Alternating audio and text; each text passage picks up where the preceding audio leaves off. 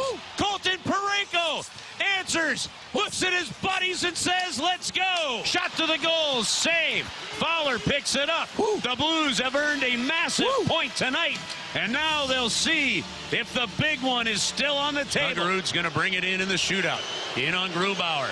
Snuggerud shoots it wide of the goal, and the Kraken beat the Blues in a shootout and keep the Blues season wondering how it will end. 4-3 the final tonight. Kraken over the Blues in the shootout. Alongside Alex Ferrario and Tanner Hendrickson, I'm Brandon Kiley. It's BK and Ferrario here on 101 ESPN. Got some technical issues. I've made a huge mistake. I forgot my headphones at home. People could see the scramble that just took place 10 seconds before we go on air. Shoot, my headphones. Let me try those. We have 3 sets of extra headphones in here. None of them work. Yep, that's on me. Blues lose over the weekend. That's what it sounded like right here in your home of the Blues, 101 ESPN. I'm a pro. I forgot my headphones. Now. The final week of the regular season. Karma. They lose in a shootout. Now, Alex, that was one where in the first period, if you had told me at that point after the first period came to a conclusion, I'd be like, man, if they could just get to overtime in this game, at least they'll get a point. And then when you get the point and you lose in the shootout, it's like, man, what a disappointment. Yep. So it was a hell of a roller coaster ride between the start and the finish of that game. And now where you find yourself is, as of today, you'd be in the playoffs. But it started feeling this way a little bit last week, and it certainly feels this way now. It's unsettling because you're only 2 points up on Calgary, and you're 1 point back of Minnesota. They have 2 games to play, does Calgary. You have 1 game left to play, and it's tomorrow night against the Utah Hockey Club. It's just getting a little nerve-wracking down the stretch, and I liked the way that you said this before our show today.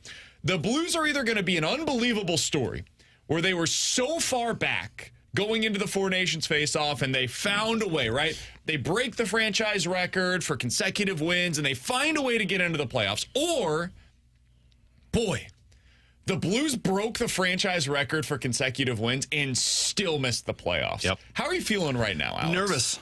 And I shouldn't be, right? We should all have the quote of, do I look nervous? Yeah, I'm freaking nervous because you know the team that they got to play to kind of keep their foot on their own destiny? It's Utah. And for the last 3 years, whether it's been the Arizona Coyotes or Utah, now we've got Princess Leia in studios. I was just thinking the same Welcome, thing. Princess Leia. Welcome. You got to take on a team that has had. You got to. Now we all have to shift positions. Everybody rotate. Look, you've got to take on a team that has had your number for the last 3 years. Can they beat them? Absolutely, they can. Utah plays tonight. They're going to be on the second of a back-to-back, and they've got nothing to play for. But those are the teams that scare you the most. You still need Calgary to go on and win their games. It's nerve-wracking. And the wild part about it is why I feel like, look, you could be a team that everybody's talking about, was talking about, and frankly, in my opinion, it was the exit of the retool, right? We weren't talking about a retool anymore because you made the playoffs, and now you're going to start competing. If you miss the playoffs, guys, there are 7 other teams in the National Hockey League history that have won 12 games in a row in a season. You will be the only team to not make the playoffs if you miss. Well, at least we made history. It's not a good history to be in. So, look, I do think there's a little bit of they've got certain guys on their team that are trying to understand what it takes to win playoff games. That Seattle one was deflating. Edmonton was deflating because you should have got the point. We'd be talking very differently today. But, yeah, there's one of 2 ways that this can go. It's going to be a story of a Blues team that went on a hell of a run that put them in the seat to get the playoffs. And look, if they get swept in the playoffs, so be it. You talk about it and you say, how do you build from there? But if you miss the playoffs, man, it's going to go back to thinking, okay, well, do we have problems in certain areas? Because you can't point fingers and say, well, they didn't have Dylan Holloway or Colton Parayko was out. Those are all excuses. You've got to find a way to pick up 2 points against Utah, because if you're leaving destiny into the hands of the Calgary Flames, I'm very concerned that they're going to bite you in the butt. What bothers me is not just that they have not played. It's not just that they're losing games. It's that they are not playing well. The Blues are playing some really poor hockey at times right now, man. They're not putting the puck on net at all. They're not getting in on the forecheck. In their own zone, they're making just these careless mistakes with the puck right now. The goalies have been fine for the most part. They've just been fine. It hasn't been like, oh, they're standing on their head for extended stretches here. It's just been weird to watch because it's mostly the opposite of what we saw for, I would say, the first 10 games of that winning streak. By the end of it, you could feel it coming. Yeah. Where it's like, man, you are holding on now by a thread. Yeah, that Detroit game was where it felt like, so, ooh, I don't know if this is going to last and much at longer. any moment, you were like, okay, this is coming to an end soon. It's just a matter of how many games does it continue. And they did get the franchise record, and they deserve all of the praise in the world for doing so. And I still think they are going to make the playoffs. I do. But, crap, man, it doesn't feel good right now. It should feel better than this. Yeah. Because they played so well for such an extended stretch, and they got themselves out of such a massive hole. And now we should be like, man, it's celebration time, right? There's one game left in the regular season. They found a way. Holy crap. They're basically playing a playoff game to get into the playoffs, is effectively what tomorrow has become. And this is what I wanted to get to with you next, Alex. You became Charlie Day over the weekend. Oh, so my brain hurts. You had strings going in all different directions, and they all led to two different destinations. One destination was Blues make the playoffs. The other destination was, well, not quite so fun. Yeah. So what's going on right now for Blues fans that are listening today that are wondering, what are the odds? How do they get into the playoffs? What needs to happen? Try to make it as simple as humanly possible. Let's go down these. Let's start with this. Okay. If the Blues win in regulation tomorrow against Utah, what happens? You are in the playoffs. You clinch a playoff spot. Calgary season is over because you're at 96. The most Calgary can get to is 96, but you're 2 up on the tiebreaker, 4 up on the second tiebreaker. So Calgary cannot catch you. A regulation win against Utah means you are playoff bound. Okay. If you win tomorrow, but you do so in overtime or a shootout, then what happens? Because you got your 2 points. It's like an Excel sheet. But you did not get the regulation win, which is that first tiebreaker. Then what happens? Then Calgary needs to beat Vegas in regulation and LA in regulation, and they would beat you in the tiebreaker, and they would get the playoff spot, and you would miss. Now, the caveat to that is if Minnesota loses in regulation on Tuesday, then you would be in the playoffs, Calgary would be in the playoffs, and Minnesota would miss. But I don't care about Minnesota. Well, you wanted the scenarios. This Excel sheet had an option C. All right. So if you win in regulation, you're in. If you win in if you win in overtime or a shootout, you get the 2 points, but you do not do so in regulation. Calgary has to win out In regulation. for you to be able to do. Correct. Okay. And if you get 1 point, Calgary needs 3 with one of those to be in regulation. Okay. At the minimum, they would need 3, one of those wins in regulation, and they would take over. Or they could win both games in overtime or a shootout and beat you in points. And if you lose? If you lose, you're bleeped. Plain and simple. Now, you're bleeped meaning all Calgary has to do is pick up 1 regulation win and another 2, one regulation win. Nope, this is where the Charlie Day thing happens. If you lose in regulation and do not pick up a point, they need 3 points. Okay, so they need a regulation win and an overtime win. Correct. They need 3 Or an points. overtime game. They need 3 points at minimum and maximum if you lose in regulation. Okay. Everybody feel like they understand what's going on here? I slipped up on that I last did, part. but boy, it took us a minute to get Everything there. else was good until that last one. But that's the wild part, like, pun intended.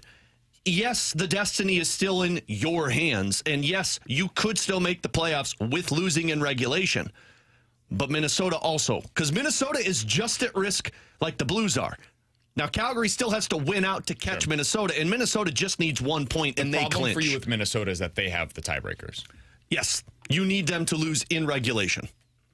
And they play Nashville and I'm talking about tomorrow. the Blues compared to Minnesota. Yeah. Like you don't stack up well against them because they have you on the regulation wins. There's nothing you can do about that. Yeah. They have 33, you have 31. That's the first tiebreaker. If you are tied with Minnesota, it's over. Yeah. Like you lose that tiebreaker to Minnesota head to head. Yeah. The person that you have the tiebreaker over is Calgary. Yeah. And if you end up tied for that final spot with Calgary, you get in, they go home. And so here's the landscape for what Calgary has to do, because T-Bone and I were crazy people, and we were like, let's watch Calgary and San Jose tonight. And, I mean, there was a chance Calgary was going to lose that game, but then San Jose sharked it up in the third period. Calgary hosts Vegas on Tuesday, and my expectation is they're going to win that one because Vegas is sitting probably some of their best players, and they've also been a really good team on home ice. The Thursday one is the one that you don't want to have to come down to it because you could clinch and end it on Tuesday. But if you're waiting for Calgary on Thursday, they travel to LA on Thursday. And what you really need to happen is you need Edmonton to pick up another win. Because then Thursday's game for LA means something. Because LA does not want to lose home ice advantage in the playoffs. They're at 101 points with 3 games to play. Edmonton's at 99 with 2 games to play. So you really want Edmonton to keep it close with the LA Kings, because then Thursday LA would have something to play for still. But again, you hope that doesn't matter, because Tuesday at 11, just win. Just take care of business. You're going up against a Utah hockey club that is mediocre at best. They're on the back end of a back-to-back. Like, just take care of business. Hopefully Broberg is available for that one. You had Colton Parayko back on Saturday, so hopefully for the first time in quite a while, you'll have Fowler, Broberg, and Parayko on the ice, which is awesome. The only guy you're really missing forward-wise right now is Dylan Holloway, which sucks. There's no way to replace him, and I think we've seen that is a huge piece of this Jenga puzzle that when he comes out, it doesn't topple over, but it gets pretty damn close to doing so because of all of the things that he unlocks for your lineup. So that's a bummer, but, man, in this game, so many teams are without legit superstars right now. If the loss of Dylan Holloway was the thing that just crumbles this season, I think it speaks more to other issues with your roster than it does even necessarily. And I'm the biggest Dylan Holloway fan that you'll find. I think it even speaks more than what his value is to your team. So find a way to win. It's one game. It's basically a playoff scenario. It is not quite this as we just went through the scenarios, but it is about as close as you can get to win or go home. Yep.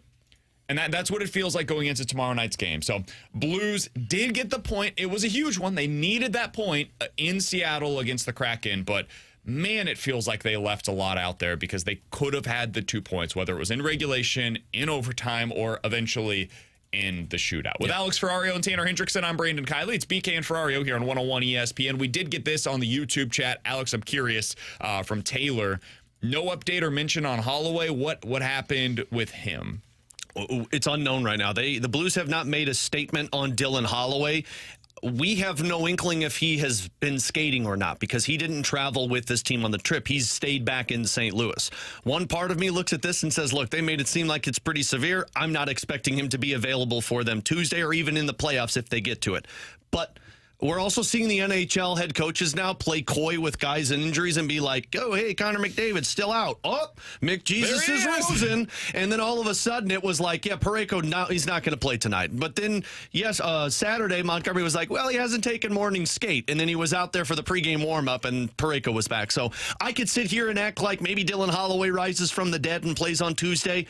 They've made it seem like it's not possible. They've made it seem like it's a serious injury, but they skate in about 45 minutes, so we'll find out. It is Easter week, so it would be in line. Really? Alongside You're going to bring Alex and theology into the show. 15 minutes here in. on 101 ESPN. You just said McJesus is risen. That's his nickname. It would go along with the whole theme of it. Coming up in 15 minutes, we're going to get into a game of in or out. 314-399-9646 is the air comfort service text line to get involved in the show. I did mention the YouTube chat. That is available for you at youtube.com/101ESPN STL. As always, Katie Woo will join us coming up at 12 o'clock on a Monday as well. Speaking of Katie, we got to talk about the Cardinals coming up next. T-Bone has a pretty amazing stat on the Cardinals, their young pitching and what they were able to do over the weekend. Pretty damn impressive series for 2 Cardinals young starters. We'll tell you about it next year on 101 ESPN.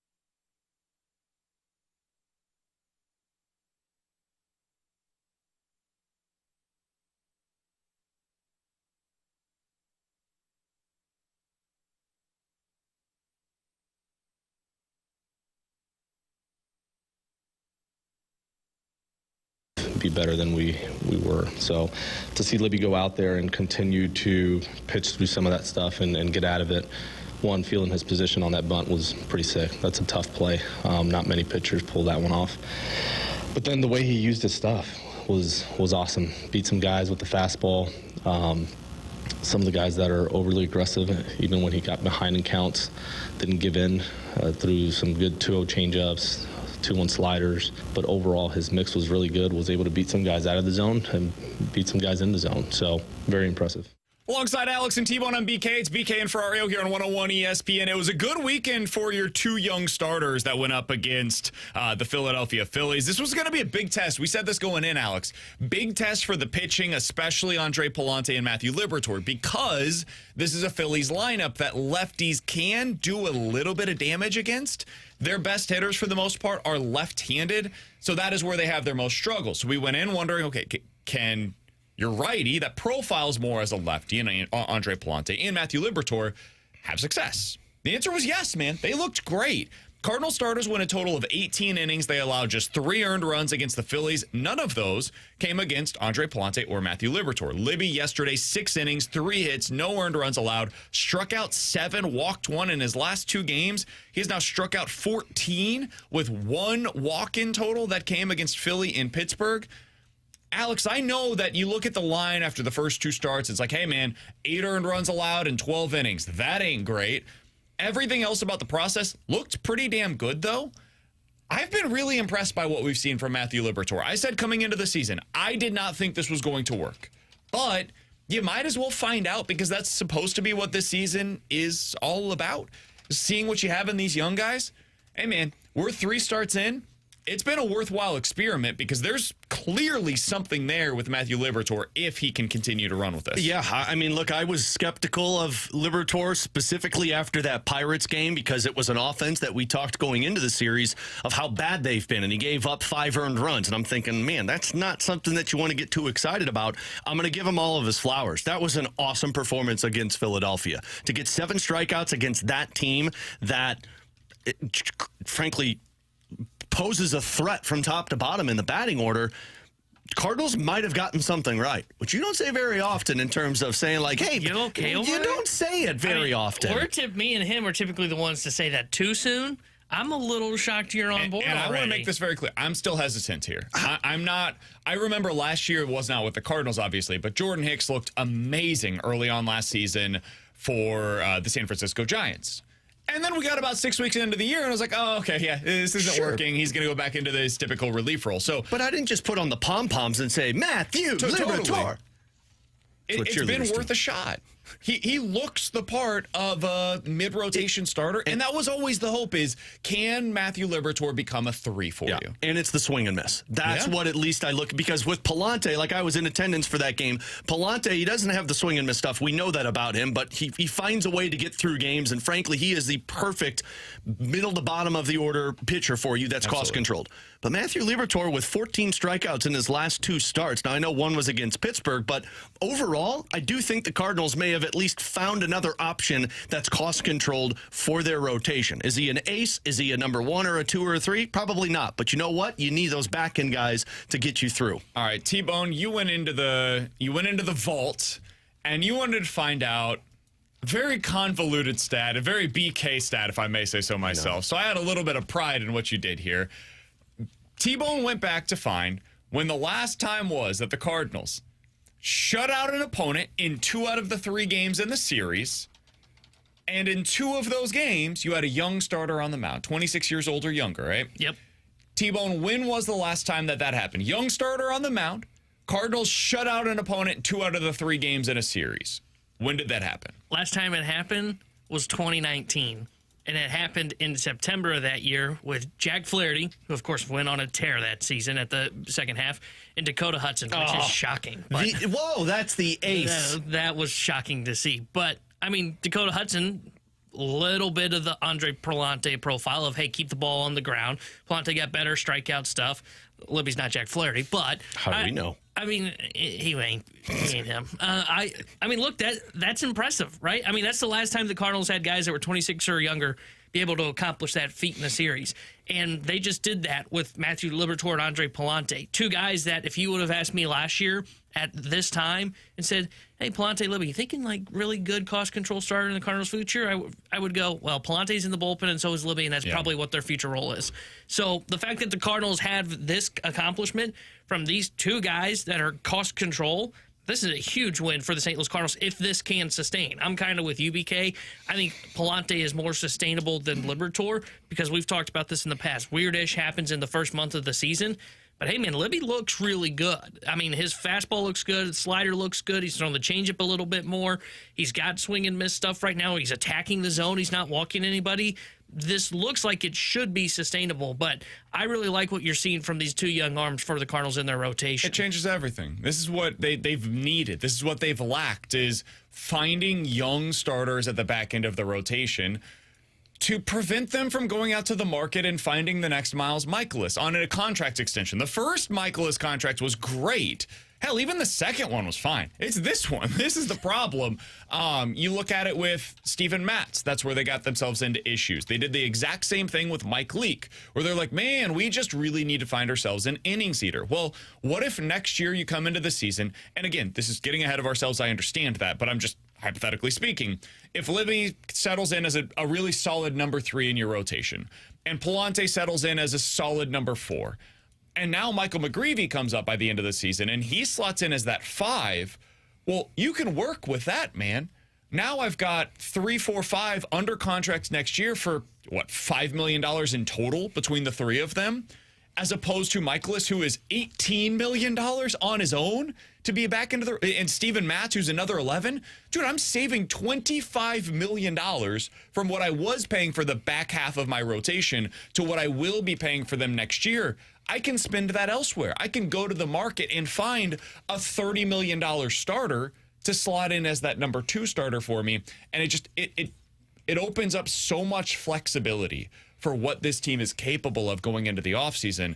It's just a massive boost for the Cardinals, and it requires them to sustain this. I think that Palante can. I don't have a ton of questions at this point about Palante. His profile is such that there will be games where it doesn't look like it did over the weekend, where he gets the ground balls, they go through, he gives up 5 earned runs, goes 5 innings. It is what it is. That's Andre Palante.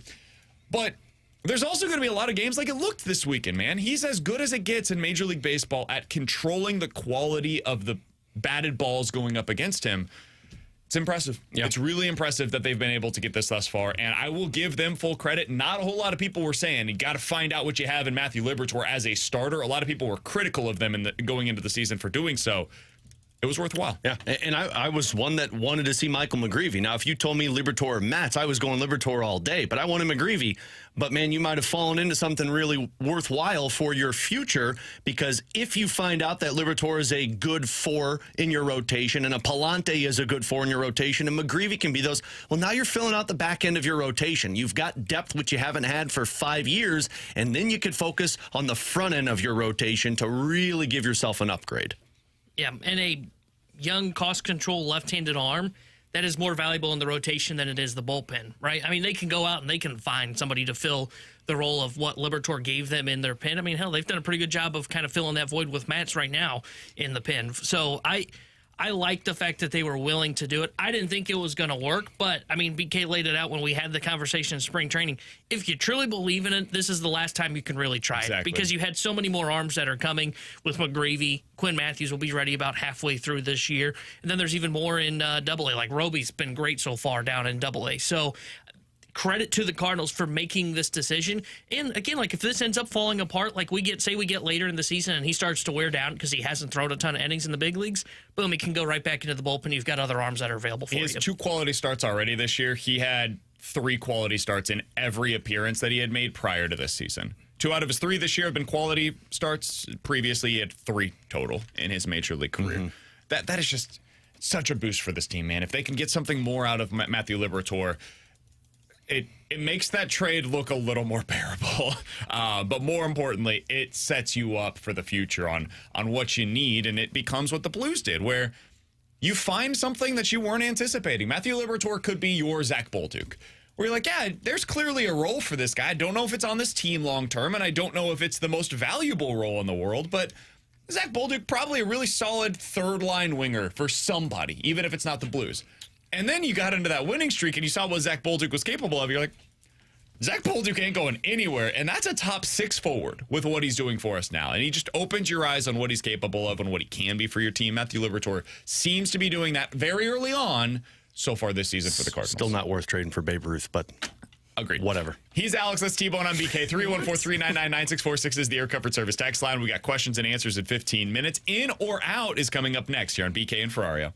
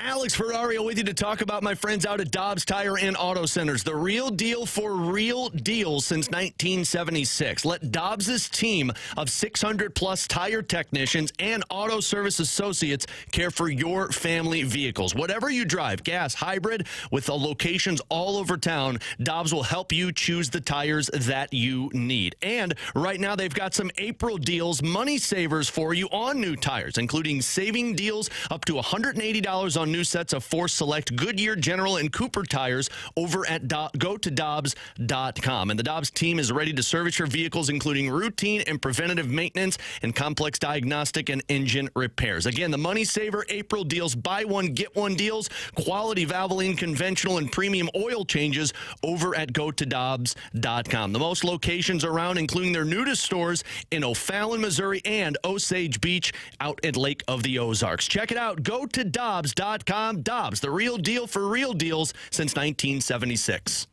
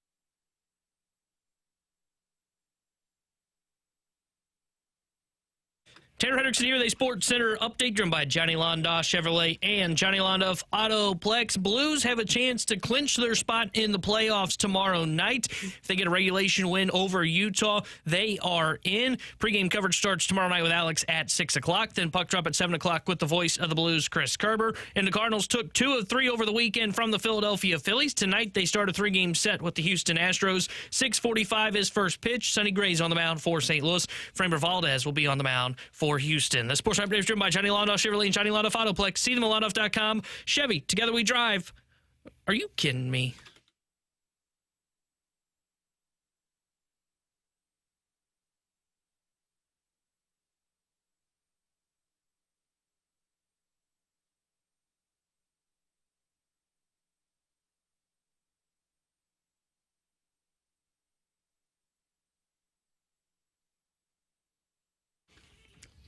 I missed it.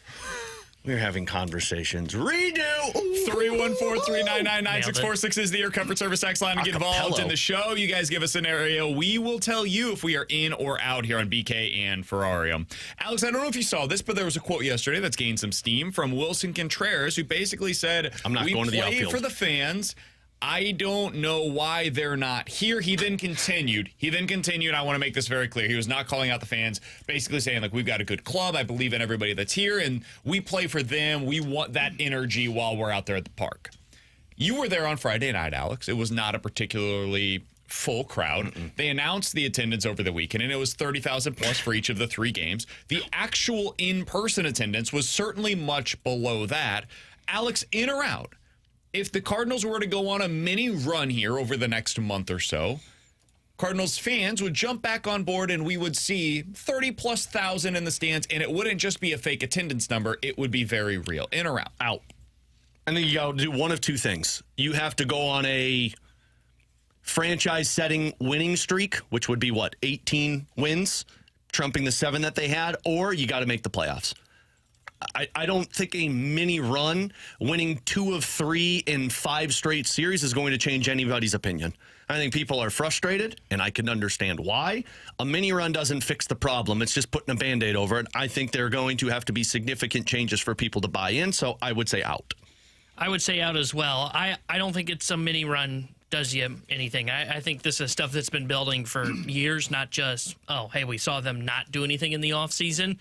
And I also think it's not only, do you need to play well? Like, to me, I think you can start to see some of the fans come back by August. If you play well leading into the trade deadline, and then fans feel like the front office actually kind of help push a little bit, makes a big trade at the deadline, then maybe you start to see people. But even like if you're just winning and you just kind of stand pat at the deadline because it's, hey, we're in a transition year, Mo's leaving in 2 months, I still don't think people would then come back. Yeah, I think it's playoff success. That's what this city is waiting on. It's typically what they wait on. I mean, you look back at the history of the Cardinals' attendance numbers, it's not hard to figure out what brings people to the park.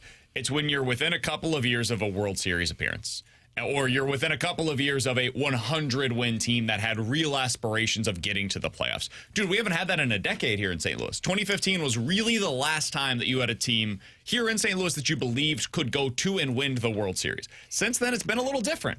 It's been a different type of team that we've watched on a year-to-year basis. So I do not think any kind of a mini run will get the fans back in the stands, and I don't blame you for that. That's fine. You can spend your money however you'd like, but it's going to take a lot of time, and it's going to take a whole hell of a lot of winning before this team gets back to the kind of attendance that it's been used to. Alex, what do you got for us today? Guys, in or out, regardless of what happens for the rest of this Blue season, we will see a very similar offseason to last year for the Blues. In terms of the aggressiveness? In terms of aggressiveness and making big changes. Out. I do not see that at all.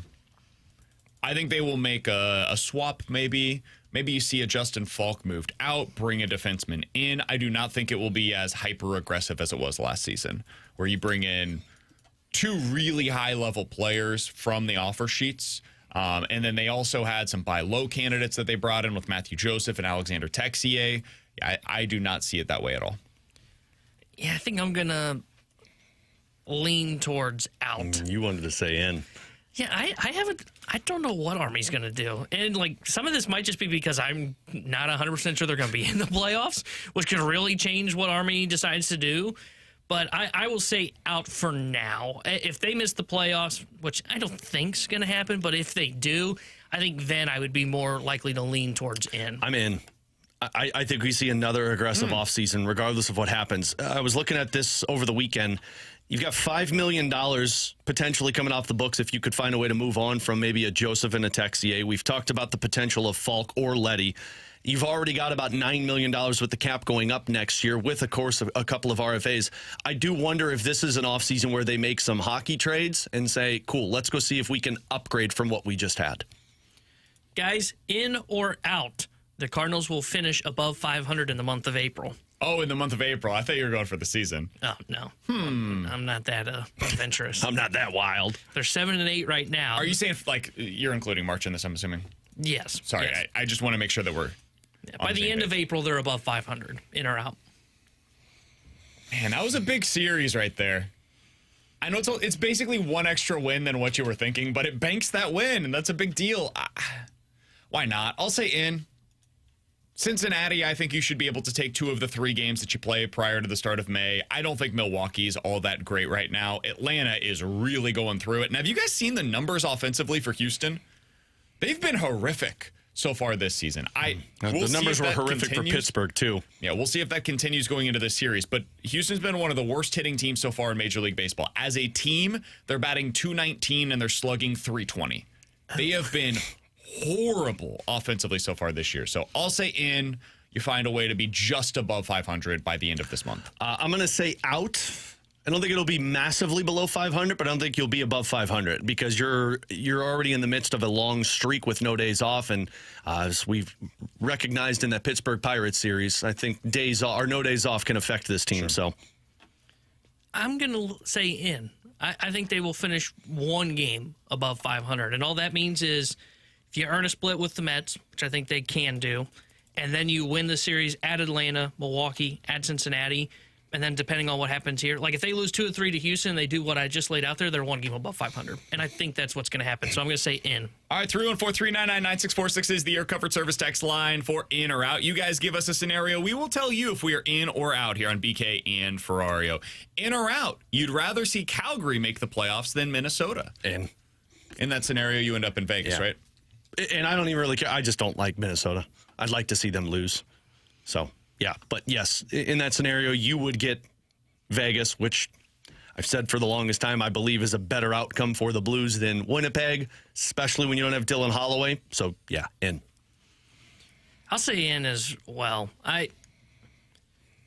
Watching that Flames team, first off, one, I'm okay with going up against Vegas after watching what Winnipeg did. But also seeing that Flames team, man, like I feel like they might be able to pull off a little bit of surprise because they would have to be playing playoff mode hockey, which is they'd have to win their final, whatever it's now been, I think 3 or 4 in a row to get into the playoffs. And that's the kind of team that would make you kind of wonder, can they take down Winnipeg? I don't really care either way, to be honest with you. I'll say in because why not? Like people seem to think that Vegas is the better scenario for the Blues at this point than Winnipeg. I'm just saying, like, to me, it doesn't matter. If the Blues find their game, they can beat anybody they go up against in the first round of the playoffs. But if they don't, they'll get beat by whoever they go up against in the first round of the playoffs. I just want them to get in. I don't really care who that second team is. I don't know if that makes me a bad hockey fan or not. But no, you just have to have hatred. It's really just about can they find their game and do they officially get in? All right, 314-399-9646 is the Air Comfort Service text line for in or out. In or out, Zach Bolduc should be up with Thomas and Booch tomorrow against Utah on the top line to balance things out. In. It doesn't matter if it's Bolduc or Neighbors. You cannot keep playing Thomas with Kyrou and Buchnevich. I agree. The line did not look good against Seattle. I was frankly a little disappointed that it took to the third period and that they made changes. No coincidence that when they made those changes, you saw the Blues score 3 goals. Your offense is not working right now. And Kyrou Thomas Buchnevich cannot be the fix because I think Kyrou's game completely changes when he doesn't have Dylan Holloway. So, yeah, I'd go Bolduc, I'd go Snuggerud, I'd go Neighbors. I would not go Kyrou. Yeah, I would say I'm in as well. I think it's time to juggle up that top line. I mean, Kyrou didn't have a great game against the Seattle Kraken. Move Bolduc up there, maybe go back to Kyrou with Shen. I think it's worth trying something. I mean, you did not play well against the Seattle Kraken, and I know this is a must-win game. It's not like you're coming off a win, though. So, like, if they had won and it was, this is still must-win, I would say, okay, yeah, don't change anything.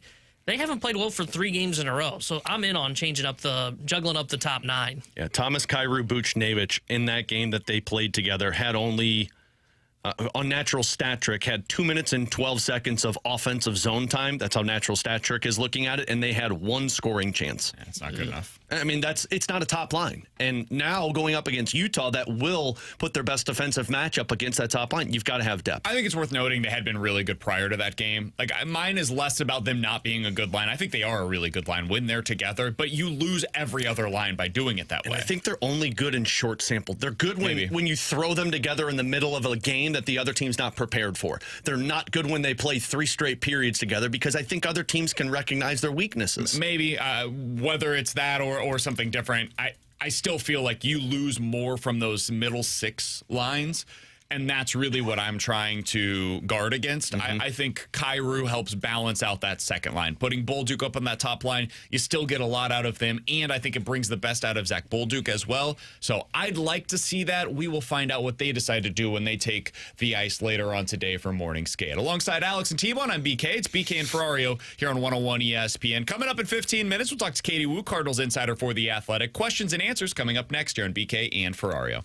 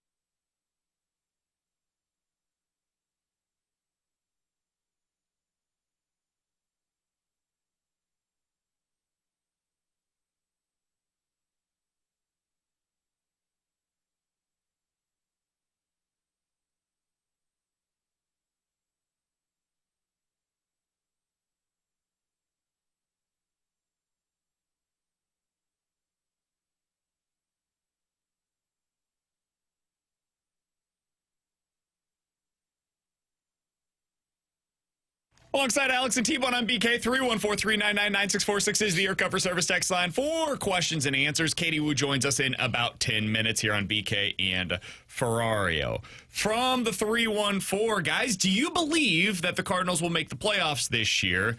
I think they can. I think it's going to be tough. I think they can because I thought they would be maybe the third or fourth best team in the NL Central, and right now I feel like they're the second best team. Milwaukee does not look like a very good team, nor does Cincinnati. They're built to sustain the loss of Justin Steele, so I don't think they are, but I think they can at least keep it close. That's where I'm at. I would say They can at least keep it close. that's where I'm at. I would say I do not believe this is going to be the case, but I've said this all along, man. I think they're going to be 80 to 85 wins, and that at least makes you interesting. It'll be like last year. So if you thought last year's team was interesting in terms of the win total, Didn't find It was interesting. you'll probably be locked in most of the year, I think, for this season. But if you didn't find last year to be particularly compelling, then you probably won't find this year by the wins and losses to be compelling either. I do think they're going about it a slightly different way. You're seeing many young players take this thing by storm this year, as opposed to last year where it was really being led by a bunch of veterans that had no future here in St. Louis, like Kittredge, Gibson, Lynn, Goldie. Those guys are all gone, and you've replaced them for the most part with young players in those opportunities. So I think it becomes a more compelling version of what last season was, but yes, similar to last year in terms of the overall win expectancy, at least for me. All right, 314-399-9646 is the Air Comfort Service text line for questions and answers from the 618. Guys, I might be exaggerating here, but it felt like Buchnevich fumbled 10 different passes to him yesterday, and he had 10 bad passes as well. He was terrible. What do you think about Booch's game right now? Why does he look so bad? He looked bad in one game. Like, let's be honest with it. I don't think he looked bad in any of their games prior. He scored 4 goals in 4 straight games, and he had a 3-point game against Edmonton. He looked slow in that game against Seattle, and frankly, this is why I don't like Kyrou on that line. That line just gets off kilt a little bit if you keep them out there consistently. Buchnevich is a distributor. Thomas is a distributor. And Kyrou's a guy that can score off of the rush. You've got to have somebody that can either be a net front presence, i.e. Jake Neighbors, or a shooter in Snuggerud and Bolduc. So, yeah, it wasn't just Buchnevich, though. I think there were about 5 guys on that team that were just making errant passes. The forward group in itself were just skating by loose pucks. They weren't stopping, which is something Jim Montgomery talked so much about when they were on their win streak. Yes, Buchnevich struggled, but I think people are pointing to him because he played 20 minutes. Matthew Joseph struggled. Bolduc had a rough game. I thought Kyrou had a rough game, and I thought Falk had a rough game. So it's not just Buch. That's what you get with Buchnevich. Some games he's going to be off. Some games he's going to be locked in. All right, from the 314, guys, is it fair to say that Justin Falk shouldn't see the ice in the last 3 to 4 minutes of a game with a lead? Say that again? Is it fair to say Justin Falk should be off of the ice, should not see the ice in the final 3 or 4 minutes of a game when the Blues have the lead? When healthy, absolutely. I mean, I get how you had to have him out there because Fowler took a puck off the face, so you didn't have him, and Broberg wasn't available to you. So your options were Tucker, Suter, and Leddy. And so, like, he's going to be on there. But, yeah, when you're healthy, the only guys, in my opinion, that should be out there towards the end of the game, Parayko, Fowler, and Broberg. Now, you might have to have Falk out there because you're going to have to rotate. You can't wear 3 guys down. But, yeah, he's just making too many passes that is against what the Blues game plan is. Like, he's making no-look behind-the-back passes to get the puck out of the zone, and it's getting picked off, and he's getting out-muscled in front of the net. 314-399-9646 is the Air Comfort Service text line. Guys, if the Blues have everybody back defensively, who do you take out of the lineup? I said it on Thursday, or maybe it was Friday, and I'll say it again. I take Falk out. And it's a very unpopular opinion. Joey called me crazy. But I think what you can do is you can have Leddy in that second pair with Broberg, play on his right side, which he's been doing, and keep Tucker on the third pair with Suter. I don't like the mistakes, the mental mistakes that are taking place in critical moments of the game. It's tough because it's absolutely tough. You've got 5 left-handed defensemen on the team then. You've got to have another righty, but I don't think I would take Falk out. I would potentially bump him down. I know nobody's going to like this. I think Tucker's the one that comes out. Yeah, and you know what? Tucker didn't have the greatest game either, so I mean, I can understand that one. My whole premise is I can't have a guy out there that's going to be making turnovers that cost your team. Now, And I will say this. I could understand bumping Justin Falk down to the third pair. well, that's what I was going to say. If you want to go that route, then okay, because I think Letty makes a little bit more distinguished decisions with the puck and use Falk as just an offensive zone defenseman. I would just drop his ice time. Yeah. Instead of pulling him out of the lineup completely, I would drop his ice time. I know most of our text line is going to disagree with me here. I think Justin Falk is a better player at this point in his career than Tyler Tucker is. I they think play differently, obviously. That's the part. And the problem for me with Falk is he's just getting pushed around in front of the net too much. Like the whole thing with what Jim Montgomery wants his defensemen to do is win net front battles, and he hasn't been doing that versus Edmonton, and he didn't do that against Seattle. And at least Tucker has that personality. Now, Letty can get shoved around every once in a while, but it's hard to just pick one guy. Like, I think defensively as a whole, they weren't very good against Seattle the other night. But yeah, I mean, I would move Letty up no matter what. Me personally, I would keep Tucker in because I think you need that presence more than Falk. All right, final thing here before we get to Katie Wu, Cardinals insider for The Athletic. She'll join us coming up on the other side. She will be joining us on YouTube as well. So if you want to check it out over there, youtube.com/101 ESPN STL is the place to do so. From the 618, guys, what were your thoughts on the Masters over the weekend and Rory finishing his career Grand Slam? So good. So he choked. You were locked in. I was so locked in. So he choked on one hole, and I forget which one it was, but he chipped and it was like nearly landed on the green, and it rolled down the hill, and that's what essentially lost his lead and allowed Justin Rose to get back into a tie with him and force. Anytime there's one hole playoff in the Masters on the final day, oh man! And Justin Rose gets on the green, Rory out drives him to get closer, and then when Rose missed that putt, oh, so many emotions. It was a metaphor for his career, right? Yeah. Like Rory gets off to this crazy start to his career. Falls apart and late. becomes this unbelievable player that so many fall in love with, and then went through a few years really where he just wasn't the same guy, and then eventually he regains his form. It was also, I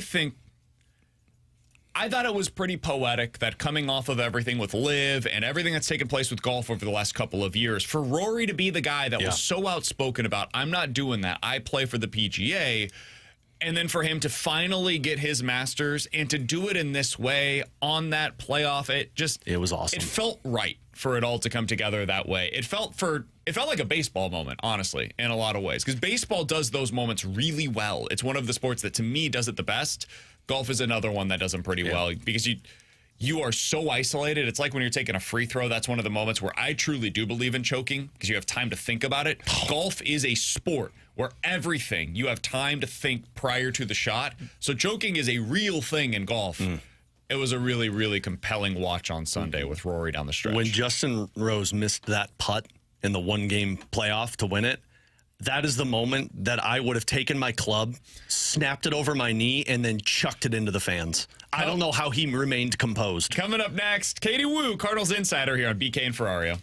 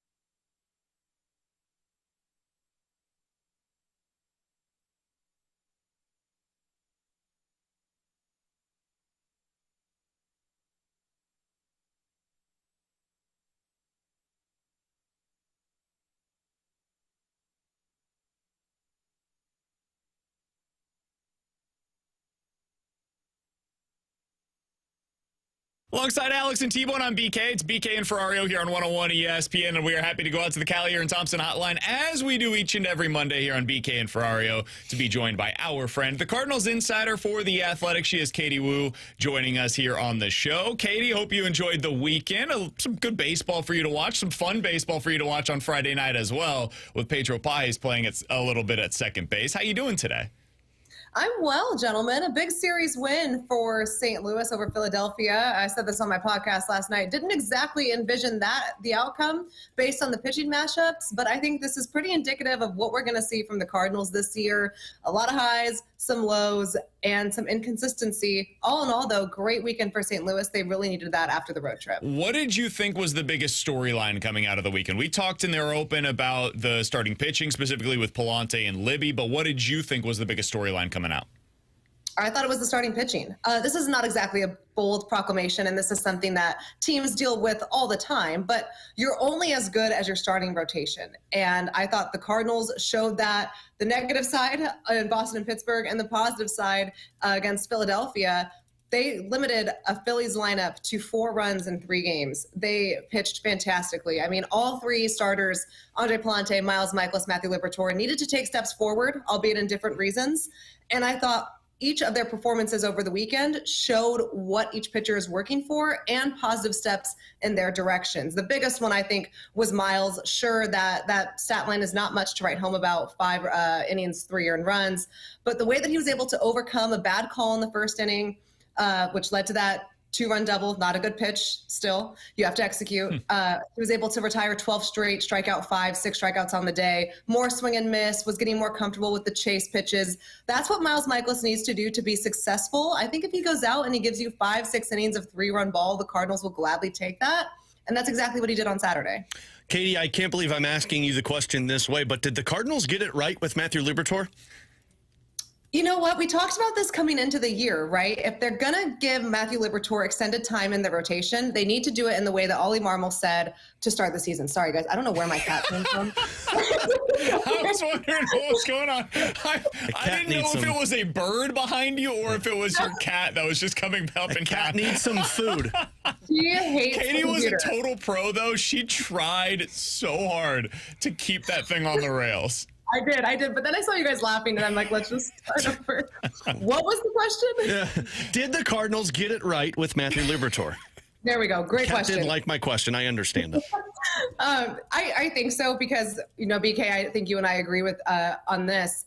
If you're going to give Matthew Liberatore a shot in the rotation, it needs to be a legitimate shot. And this is exactly what Ollie Marmol said when they broke camp in Jupiter, and he was adamant, reiterated this multiple times. Matthew Liberatore is going to be the team's 5th starter, regardless of his performance. He's going to get a realistic shot to pitch every 5-6 days. Before, when we've seen Libby in the rotation, it's been as a spot starter. He's gotten 2 or 3 kind of like to patchwork in case of injuries. He's never really had that full opportunity to go out there and start consistently. I asked Libby yesterday if that messaging has helped him, if better understanding his role has helped him prepare to be a starter. And he said, absolutely. He sees it as preparation every day, his processes, how he comes to the ballpark. This is what this transition season is for. Taking specific players and seeing what they can do with runway. No, the Cardinals have not guaranteed that for every single player, but they have for Matthew Liberatore, and the early returns are very encouraging. Do you think it was a one-time thing for Pedro Pais at second base, or should there be a little bit more runway there as well? Wally pipped him. I think not only was it a one-time thing for Pedro Pais at second base, we will never see Brendan Donovan at DH again. I know that. Fair point. What No did you days make, off. In all seriousness, what did you make of the way that Ollie managed, not just that situation, which is obviously a freak thing, but really the whole weekend? He had 3 different games with 3 different 2- and 5-hole hitters. Nobody played the same spot in the lineup in those 2 spots more than once. The pitching, I thought he did a pretty good job with. What'd you make of the way that he managed through this weekend, Katie? So he was in a little bit of a tough spot because with Contreras scuffling, hopefully his performance Sunday is signs that slump is over, and Herrera on the injured list, and then no Mason Wynn, you're essentially missing 3 key pieces of that lineup. And there was a lot of clamor, myself included, on if the Cardinals should drop Contreras down in the order. The problem was they didn't really have a true number 2 option from the right-hand side. With Herrera on the injured list, that's the easy swap. But, you saw the Cardinals go Walker, which is not a spot that they really thought that he should be in. It was just a matter of he's the best option for this game.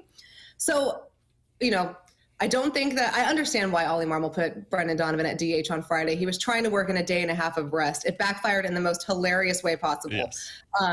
Overall, though, I thought it was a really nice job of finding ways to kind of, again, patchwork that roster. We knew coming into the season there was not a lot of depth, and we've seen it.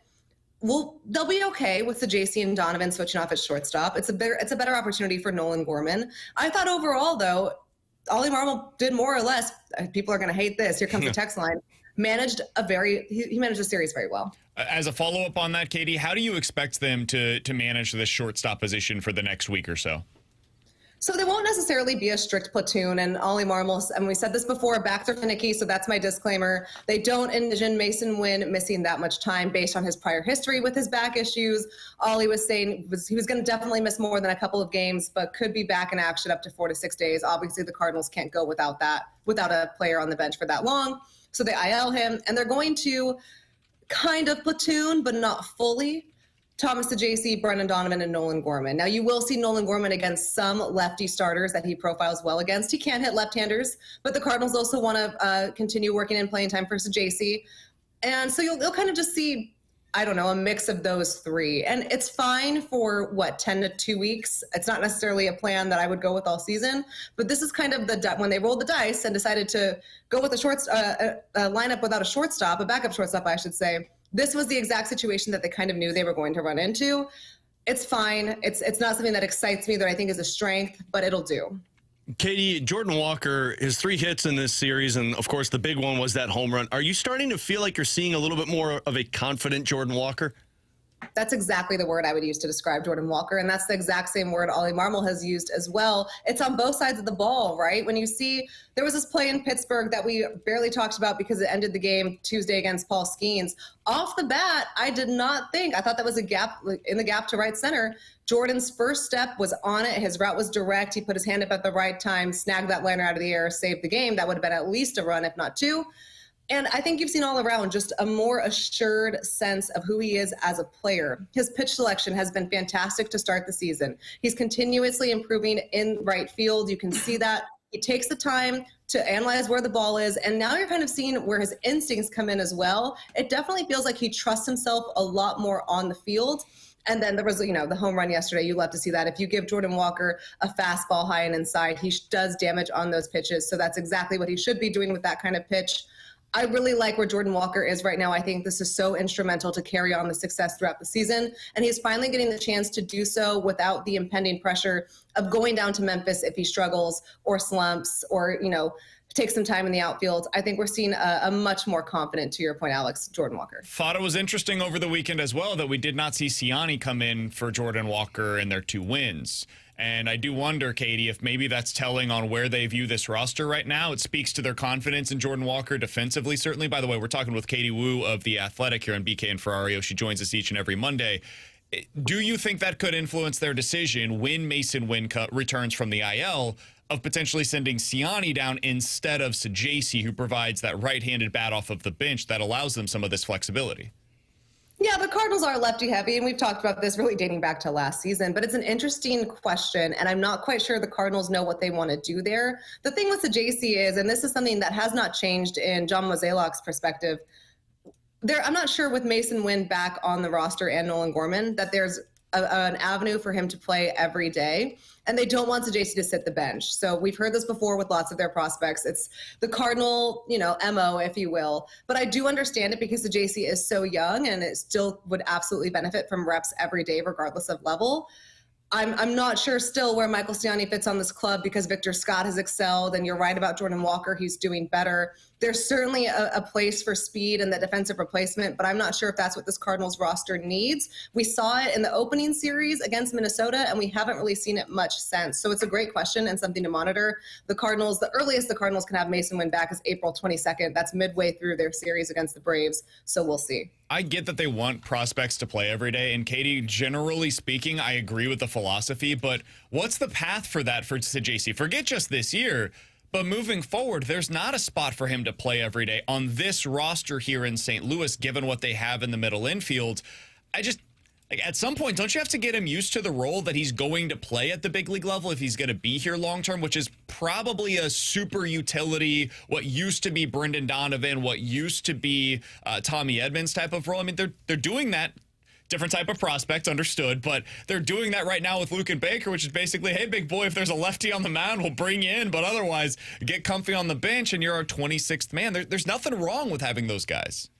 No, there isn't. And it's another good point. And you think about what's coming up in the depth in the minor league system. I mean, where does Thomas Ajayce fit within Mason Wynn, Brendan Donovan, JJ Weatherholt? It's a good question.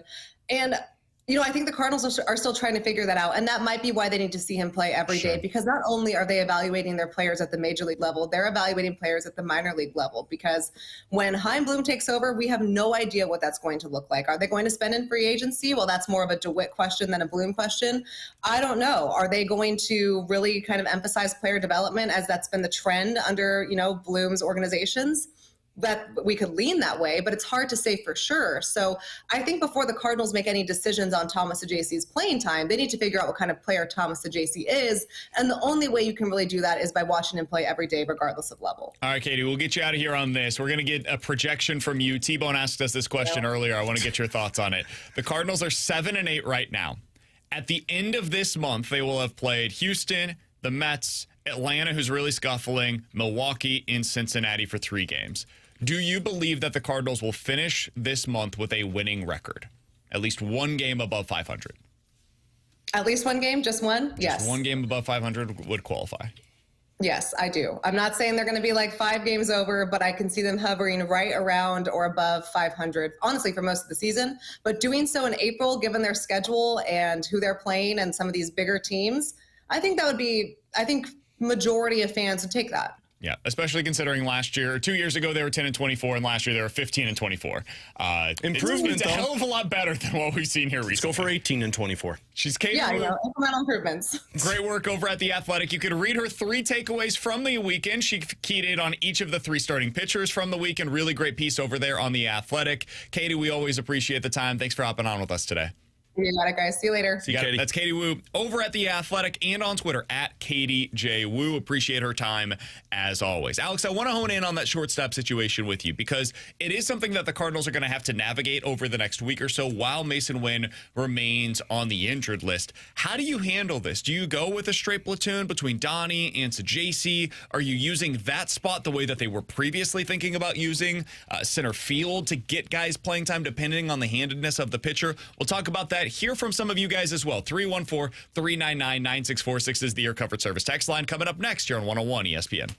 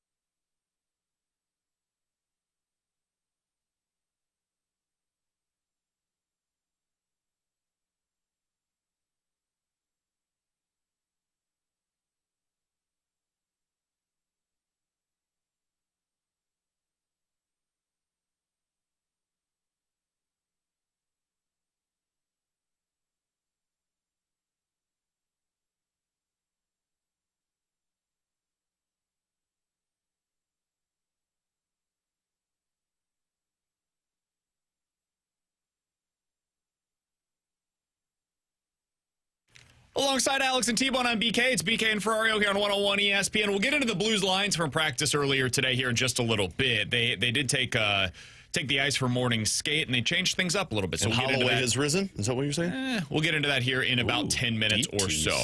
But Alex, the Cardinals have an interesting situation on their hands with Mason Wynn. He's going to be out for at least the next week. He's got the back spasms that reemerged. They seem to be indicating, and we'll see. It's the Cardinals. You never know for sure, but they seem to be indicating, and he said as much as well, hey, this is not a serious thing. I could probably be out for like 4 days.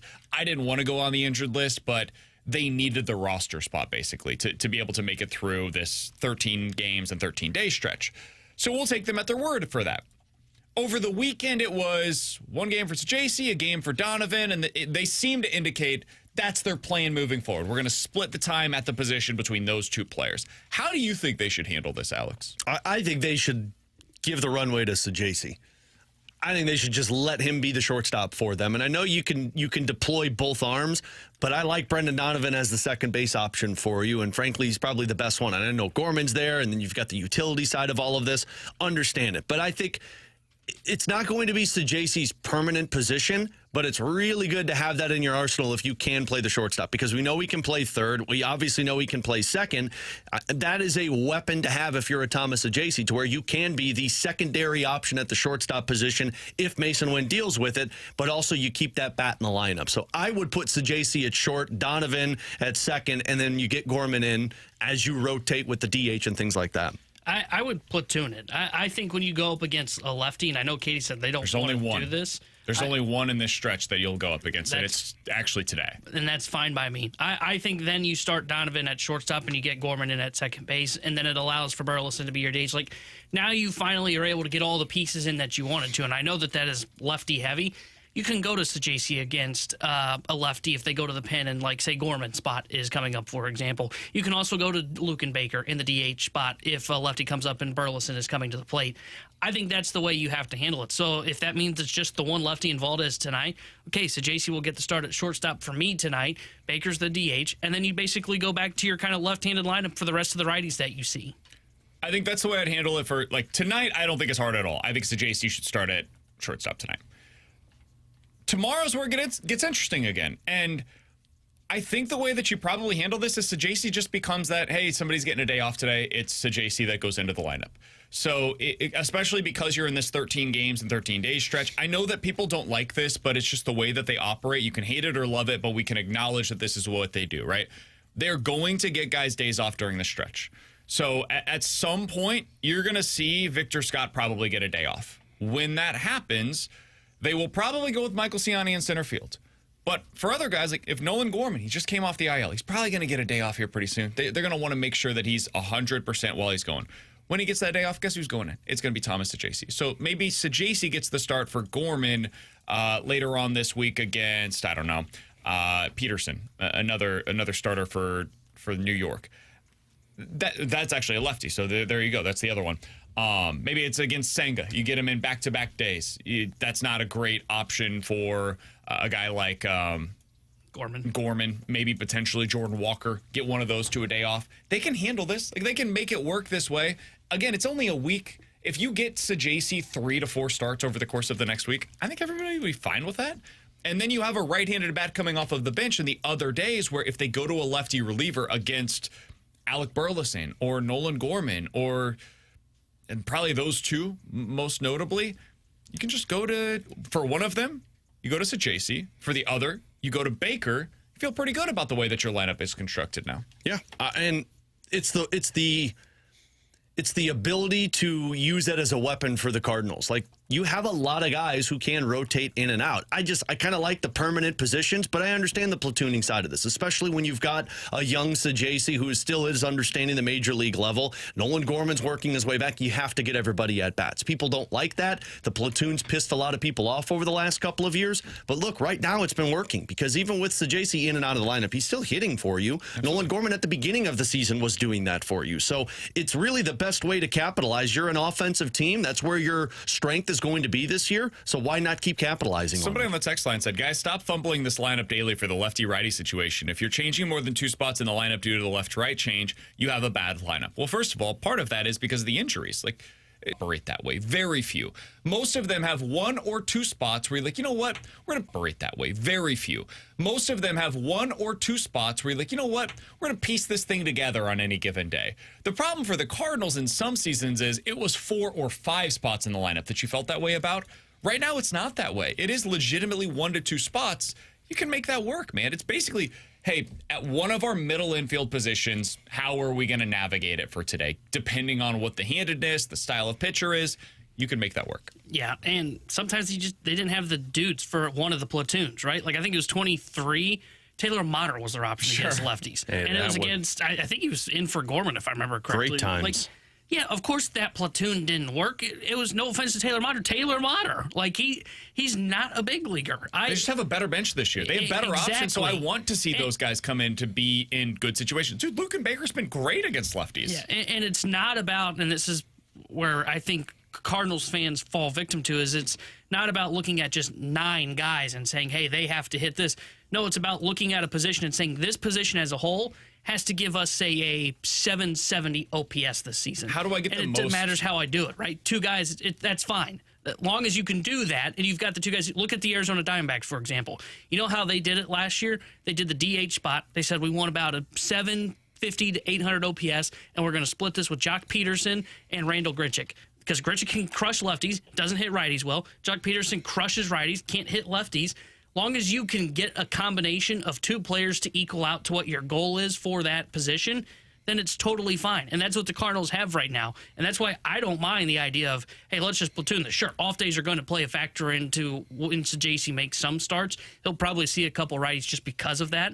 But I'm totally fine with them just saying, you know what, this is a platoon situation right now. I would imagine if somebody is opposed to platoons, they're probably more of an old school baseball fan, right? Sure. Is that a fair assumption? I would say so. Okay. I'll just use batting average then as to why you do this, especially with somebody like Alec Burleson and Luke and Baker, right? That's basically your DH platoon that you're going with right now. That's one of the big ones that they've gone with. Last year, Alec Burleson against left-handed pitchers, batting average, 195. Last year, Alec Burleson against right-handed pitchers, 295 batting average. So there's a 100-point gap. Okay, what if I just didn't play him against lefties? What then would I get? So far this season, Luke and Baker against left-handed pitchers. Yes, small sample size. It's what we have to go off of. He's 5 for 14 against them. He's batting .357. Luke and Baker, again, small sample size against right-handed pitchers so far this year. He's batting .000. He does not have a hit so far against right-handed pitchers. So I've got a .350 hitter against lefties with Luke and Baker, and I've got a .295 hitter against righties with Alec Burleson. You don't even have to dive into the numbers any further. Basically, I have a 300 hitter in my DH spot. No matter who your pitcher is that's on the mound, I have a 300 hitter to attack them with. That is what Ollie Marmol has at his disposal right now. It's not the same player, but it is a 300 hitter regardless of handedness of pitcher. So that's what they're trying to accomplish with these spots in the order. It's worked for them so far. I don't think anybody has been underwhelmed by the offense. It's been a really surprising positive, and they're even doing it against the quality pitchers that they're seeing now. You've seen them have success against Zach Wheeler, against Aaron Nola. They found a way to have successful at-bats against Paul Skeens. They did well against Pablo Lopez. Dude, how many years have we talked about this team not finding ways specifically to beat the right-handed stud pitchers they go against? They've done it 4 times already so far this season. They've only played 15 games. A third of the games they've gone up against a stud righty, and they've found a way to win. So kudos to the team, kudos to the lineup, and kudos to Ollie Marmol, who's done a pretty damn good job of managing through the situation so far. Speaking of managing a situation, the Cardinals are trying to massage that second line. Are they switching it up to, tomorrow night for the final? Damn it. It was so a good, close. it was a good transition. Great transition, Damn it, man. I was right shouldn't have there. stopped you, but then people would have yelled, so I had to save you. Speaking of managing through a situation, the Blues are trying to massage this second line. Nice. Are they switching things up for the final game of the regular season? We'll tell you next here on BK and Ferrario. Nailed it.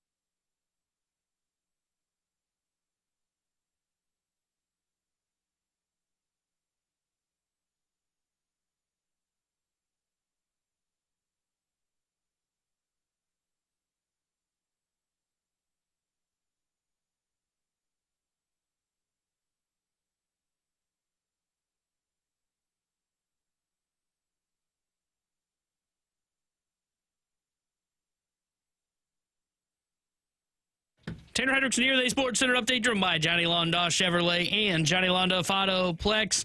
Blues will be back in action tomorrow night as they'll have a chance to clinch their playoff spot with a regulation win over the Utah Hockey Club. We'll have pregame coverage starting at 6 o'clock with Alex Ferrario tomorrow night with puck drop at 7 with the voice of the Blues, Chris Kerber. And the Cardinals took care of business over the weekend as they took 2 of 3 from the Philadelphia Phillies. They will be back in action tonight as they start a 3-game set with the Houston Astros. 6:45 first pitch. Sonny Gray's on the mound for St. Louis. Framer Valdez will be on the mound for Houston. The Sports Update is driven by Johnny Londaw Chevrolet and Johnny Londaw Autoplex. See them at londaw.com. Chevy, together we drive. Are you kidding me?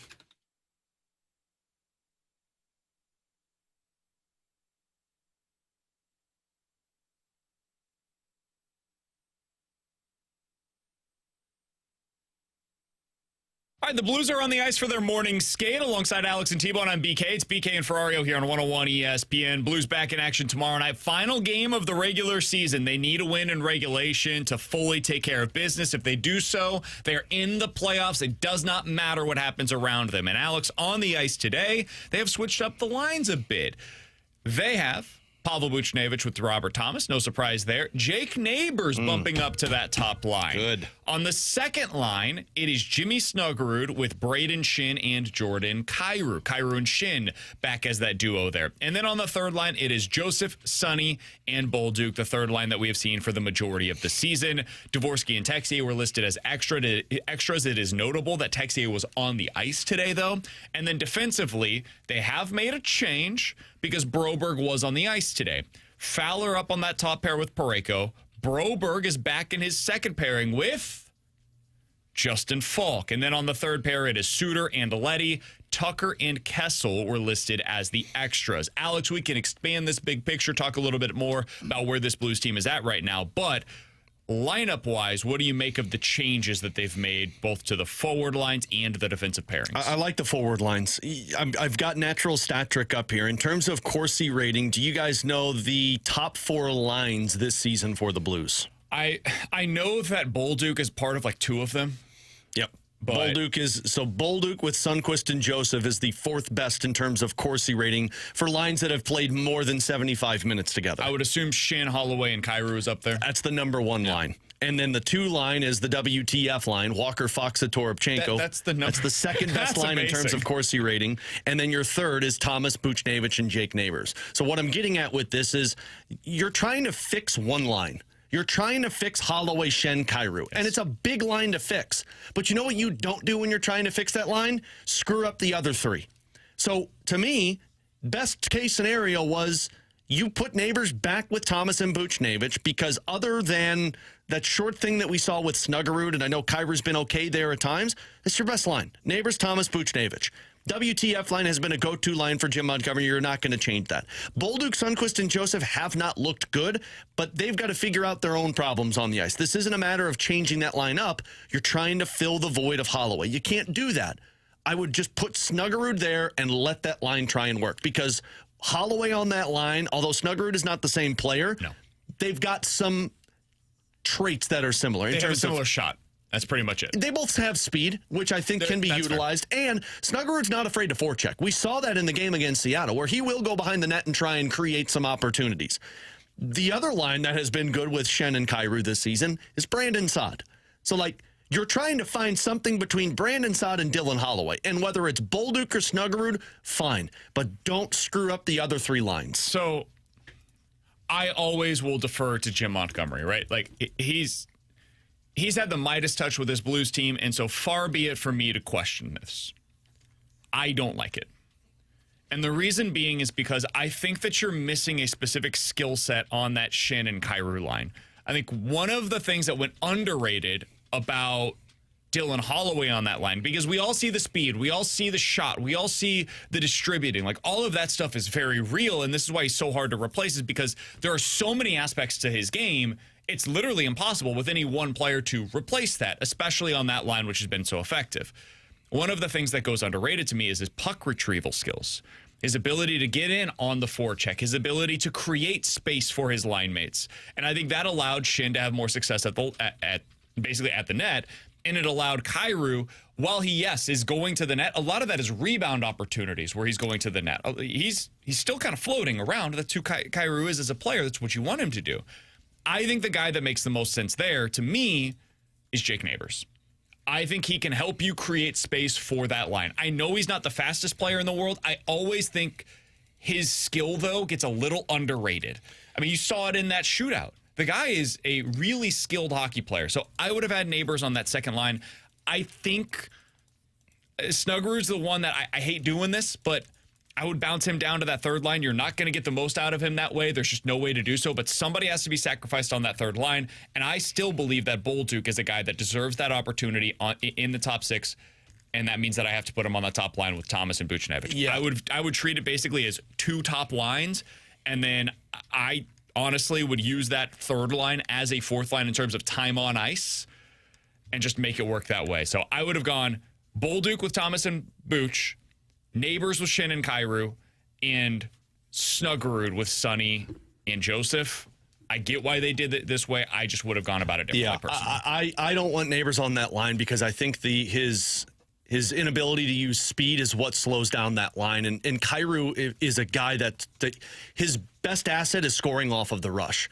And I think you don't have that now, but when you put Neighbors there, you've got two guys that do the dump and chase style, and that doesn't play well into Jordan Kyrou's game. Now, what you could have gone with is put Bolduc up there with Shannon Kyrou, because then you've got another guy who can skate off of the rush. You have another guy who's not going to forecheck hard. Like, I think the perks between Bolduc and Snuggerud is Snuggerud goes in more on the forecheck than Bolduc. Bolduc kind of floats, at least he has been in those last couple of games. I view Bolduc as a guy that gets more in on the forecheck than Snuggerud. I don't These know. last couple of It'll games, be interesting to see. These last couple of games, he's dipped off of this. I personally, you don't have another piece that works on that top line as well as what Neighbors has done with Thomas and Buchnevich, which is why that's the one that I really need to hone in on, because that's the line that's going to play 20 minutes against Utah. That's going to be going up against Clayton Keller and Nick Schmaltz, who always do damage against you.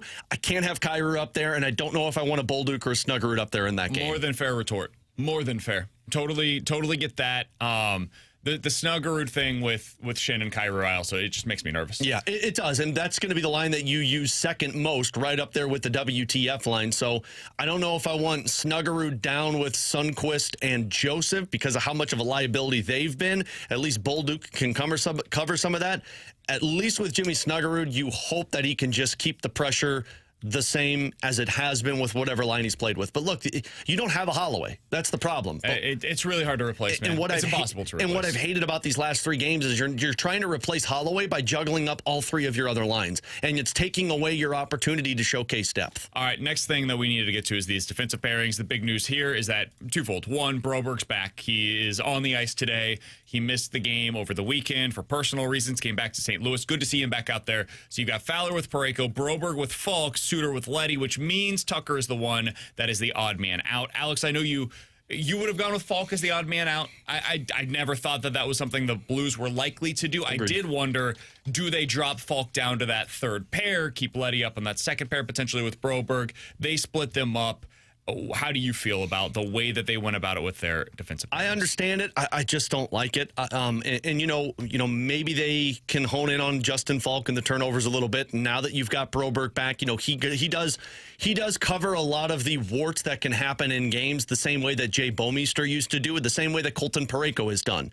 So I'm okay with it. Broberg's a big body that can go out there. I personally would prefer a Nick Leddy up there with Broberg and move Falk down with a Ryan Suter, because Leddy moves the puck a little bit easier out of his own end than what Falk has done these last couple of games. This is one I think that is super easy as well to just change as the game goes and along. they will the too. Forward line, same thing, but I prefer to see as much chemistry there as possible.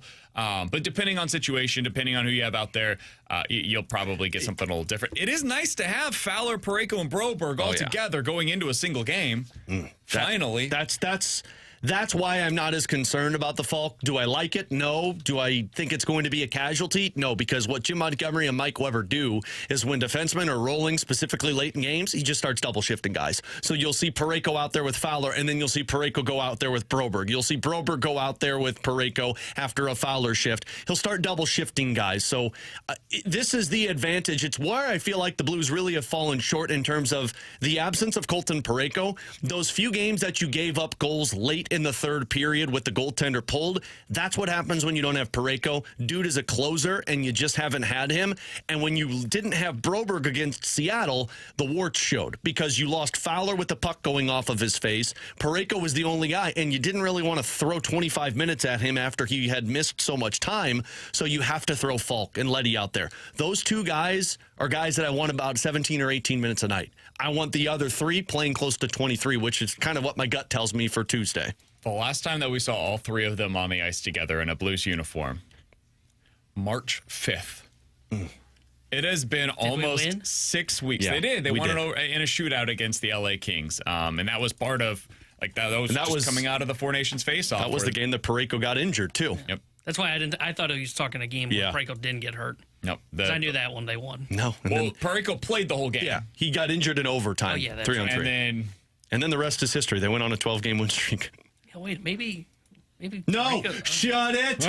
Shut it. I mean, it was just a one game. He got a point in his return. They had played like woof in the 2 games prior to his return. So I don't think he was the problem. No, Let's I don't put it think that he way. was the problem. So you're saying like the whole record thing without him was more like Was when I fake? watch a backup quarterback win in No, football? it's kind of like when you go underwater and you hold your breath and you're like, man, I held my breath for 90 seconds. Yeah, but those last 15, you were suffocating. You just didn't realize it. Yeah, and that's what happened. The Blues in their Really final 3 floated games up of to the that water. winning streak, it was like we're holding on for dear life here.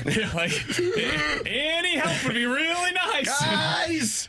They have since lost 3 consecutive games. They did earn their first point in the last week on You know Saturday. what the Blues are? The Blues are that scene in The Office when Bernard is in the sumo wrestler outfit in the middle of the water, and he's like, hello, my name is Andy Bernard, and I'm with a group named Dunder Mifflin. Can you please help me? That's what the defense was calling for Saturday against Seattle. Blues back in action tomorrow night in what is, I mean, as close to a must-win game as you can actually get in a regular season hockey game. Blues win in regulation. They are in the postseason. Any other outcome, and stuff starts to get a little dicey with what Calgary is able to do. With Alex and T-Bone, I'm BK. It's BK and Ferrario here on 101 ESPN. All of that Blues coverage right here on your home of the Blues. We'll talk about them plenty tomorrow here on BK and Ferrario for sure. Coming up in 15 minutes, the Cardinals are having some big-time success against high-level starters. What's gone into that? How is it happening? But next, it's time for the junk drawer here on BK and Ferrario.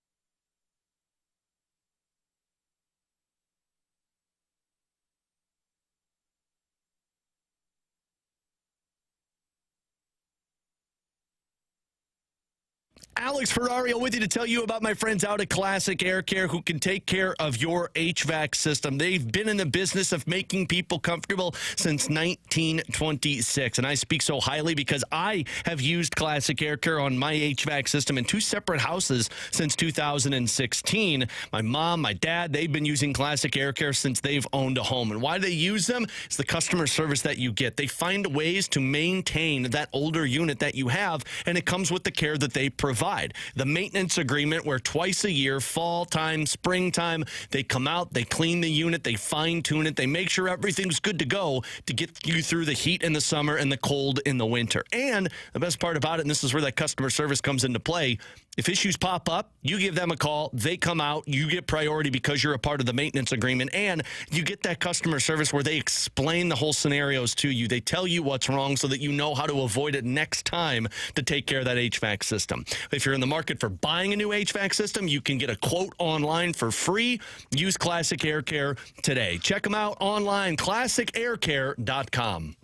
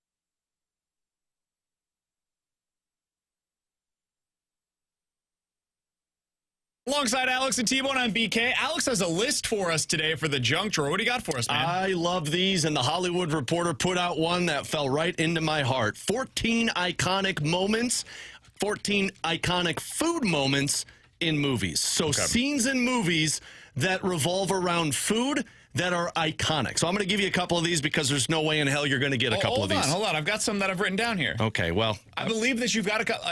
I want to guess first before you give us the ones that you think we'll never get. Sure. Ratatouille. I've got a list of 6 that I think will there's be on 14 there. of them.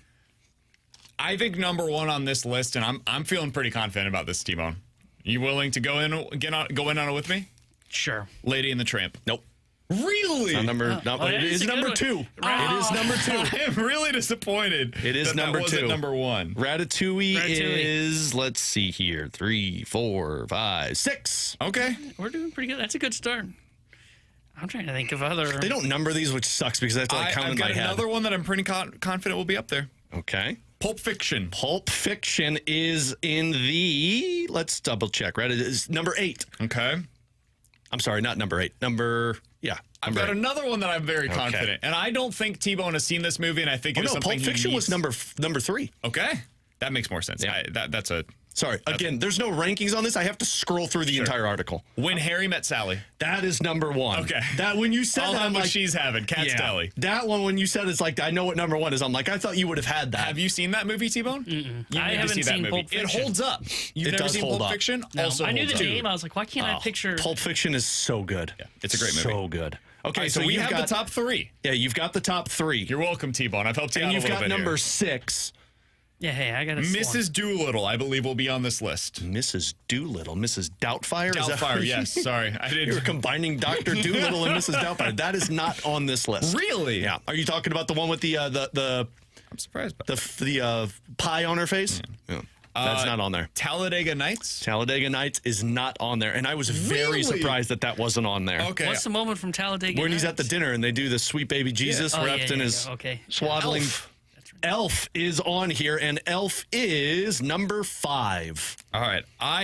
We have number 1, 2, 3, and 5. And 6. You guys got Ratatouille. T-Bone, I'm out. Okay, I've got one. Well, it's a Christmas movie, so I don't know if it would make the list. What's it? Something Vacation or Christmas favorite. Christmas Vacation. Christmas Vacation is number 12 on this list. They The had Griswolds. the cat going into the tree. Yeah, the whole I didn't place know if burns Christmas up. would make it or Christmas not. Vacation is on there. Is there another Christmas one? I've got one that I think might be on there, but I'm not sure. There's 4 more that I think you should get because there's 2 that I knew you weren't going to get. Cool Hand Luke and it's God, who was that? That's Paul Newman's back from 1968. You weren't going to get that, and then the other one had Charlie Chaplin in the Gold Rush. That was a 1925 film. Oh, that's a Those great are the ones you weren't going to get. All right. So there's a Godfather? couple of more. Godfather is on here. Godfather is number 10 on this list. You didn't think I'd do well. The scene, which I don't even know how you got The Godfather. Have you I've seen never seen The Godfather, but I know they're in a the kitchen. scene with Michael Corleone and Peter Clemenza when they're talking about the hit and then they're making the red sauce. What about American Pie? That is not on here. I and didn't know if that would consider like I call bullish on that because that has to be at least number it's a 3. food scene, but it's not probably in the heart. They're probably thinking more like an eating But scene. no, it's an iconic part of the film. The whole film is surrounding it. I couldn't believe that was on It's here. literally the cover of the DVD. I can't look at an apple pie without thinking You know of what? it. That's something T-Bone will never get. No, I don't even think about that. He will never understand that. He will never go to a video store and see it's like a cover of a book. You have the cover of the DVD. That's like part of the movie. And I used to always walk by it when I was a younger kid at Family Video. Shout out to Family Video, which I think isn't around anymore. I used to always walk by and I'm like, that looks fun. And my parents would be like, you're not watching that. And I'd be like, what are you talking about? When I saw it when I was like 15 years old, I'm like, oh, I get that now. Is Departed on this list? Departed is not on this list. That one I was thinking should have been as well. Yeah. All right, a text line is sending this in. Okay, I give don't me want a to take couple. credit for it. What about the Animal House food fight scene? That one's not on here either. Okay. Yep. So a couple of the got others. one more. Okay, one more, and then I'll give you the ones that you missed. Chocolate cake scene from Matilda. That's on there. That was number I would've 13 never guessed on this that. list. All right, so we'll start from the back, move up. Number 14 was Willy Wonka and the Chocolate Factory. Oh, my God. How did we not get that Surprised one? you didn't get. Have you seen that? I have seen that. I hate that movie. 13 was Matilda. 12 was National Lampoon's Christmas Vacation. Okay. 11 was Breakfast at Tiffany's. Oh, okay. Figured I don't know, but maybe your wife. 10 was The Godfather. 9 was Beauty and the Beast. Oh, man. The dinner scene where they're We missed a couple easy ones with T-Bone. 8 was Goodfellas with Ray Liotta and the actress that we were talking about, the mob hit that was coming up. 7, I told you, was Cool Hand Luke. 6 was Ratatouille. 5 was Elf. 4 was the Charlie Chaplin one, and then Pulp Fiction, Lady and the Tramp, and When Harry Met Sally. I feel like we did pretty well. I did too. I knew you weren't going to get 2, but to only miss a couple of those, impressive. And I got 3, so I'm happy. Way to go, guys. See, lists are fun sometimes, man. And now I want to go watch American Pie. I always complain about the fact that everybody does lists for an article, and then I'm like, I am your target audience, actually. Dude, I clicked on it immediately. It is for me. I picture BK being like, I hate these lists. Then he scrolls down and sees one. Ooh, a list. Cool. Yeah, that's me. Update real quick from Blues practice. Jim Montgomery said Holloway has gotten back on the ice, did so before the trip to do some stick handling, but nothing where he would join them on the ice, still classified as week to week. I mean, we're a week away from the playoffs. That's all I'm saying. So he skated on the ice before the trip. All I'm saying is, So you're saying there's a chance. Well, that before would the mean trip that he skated on the ice for about a week. Like right after he got hurt. Yeah. Like literally the day after he got hurt. And he was remember, like back skating on the ice. Remember, it was a lower body injury that kept him out. So. boy, I think we might see him tomorrow. Again, this is. I don't think we're going to see him tomorrow. No, I don't. You'll see him in the playoffs. I'm saying tomorrow. Again, It's if he a didn't playoff skate game today tomorrow. with them, there's no way he was doing that. I didn't see McDavid skate on the ice either. And then all of a sudden, He it was had like, been ta-da! skating with the He did. team, though, previously. Yeah, he did. He just didn't skate with them that morning. Jim Montgomery said Dylan Holloway got on the ice before the trip to do some stick handling, but nothing where he would join them on the ice. So they didn't send him on that road trip. It was individual skating, still classified as week to week. Huh. And That typically is how very this interesting. typically how this goes is you get a few practices in with the team where contact is involved, and that's when you would start. And that's what this week would be. I was going to say, if you win on Tuesday, you don't play Wednesday, Thursday, Friday. My assumption is they don't play Saturday and they'd play on Sunday. So that's 5 days. They're going to play on Easter Sunday? Yeah. He is risen, Dylan Holloway. That is. Imagine finding that in your Easter basket, BK. It'd be great. Top 6 forward who can score 30 goals. Dude, if this team gets Dylan Holloway back and he's at full strength and they get a week of Monty camp, we've seen what that can do. Monty camp. Like, man. Yeah. You're going to be back in. You better keep that conductor hat out of my reach. I'm burning Let's that put it son that of way. No. But hey, you know what?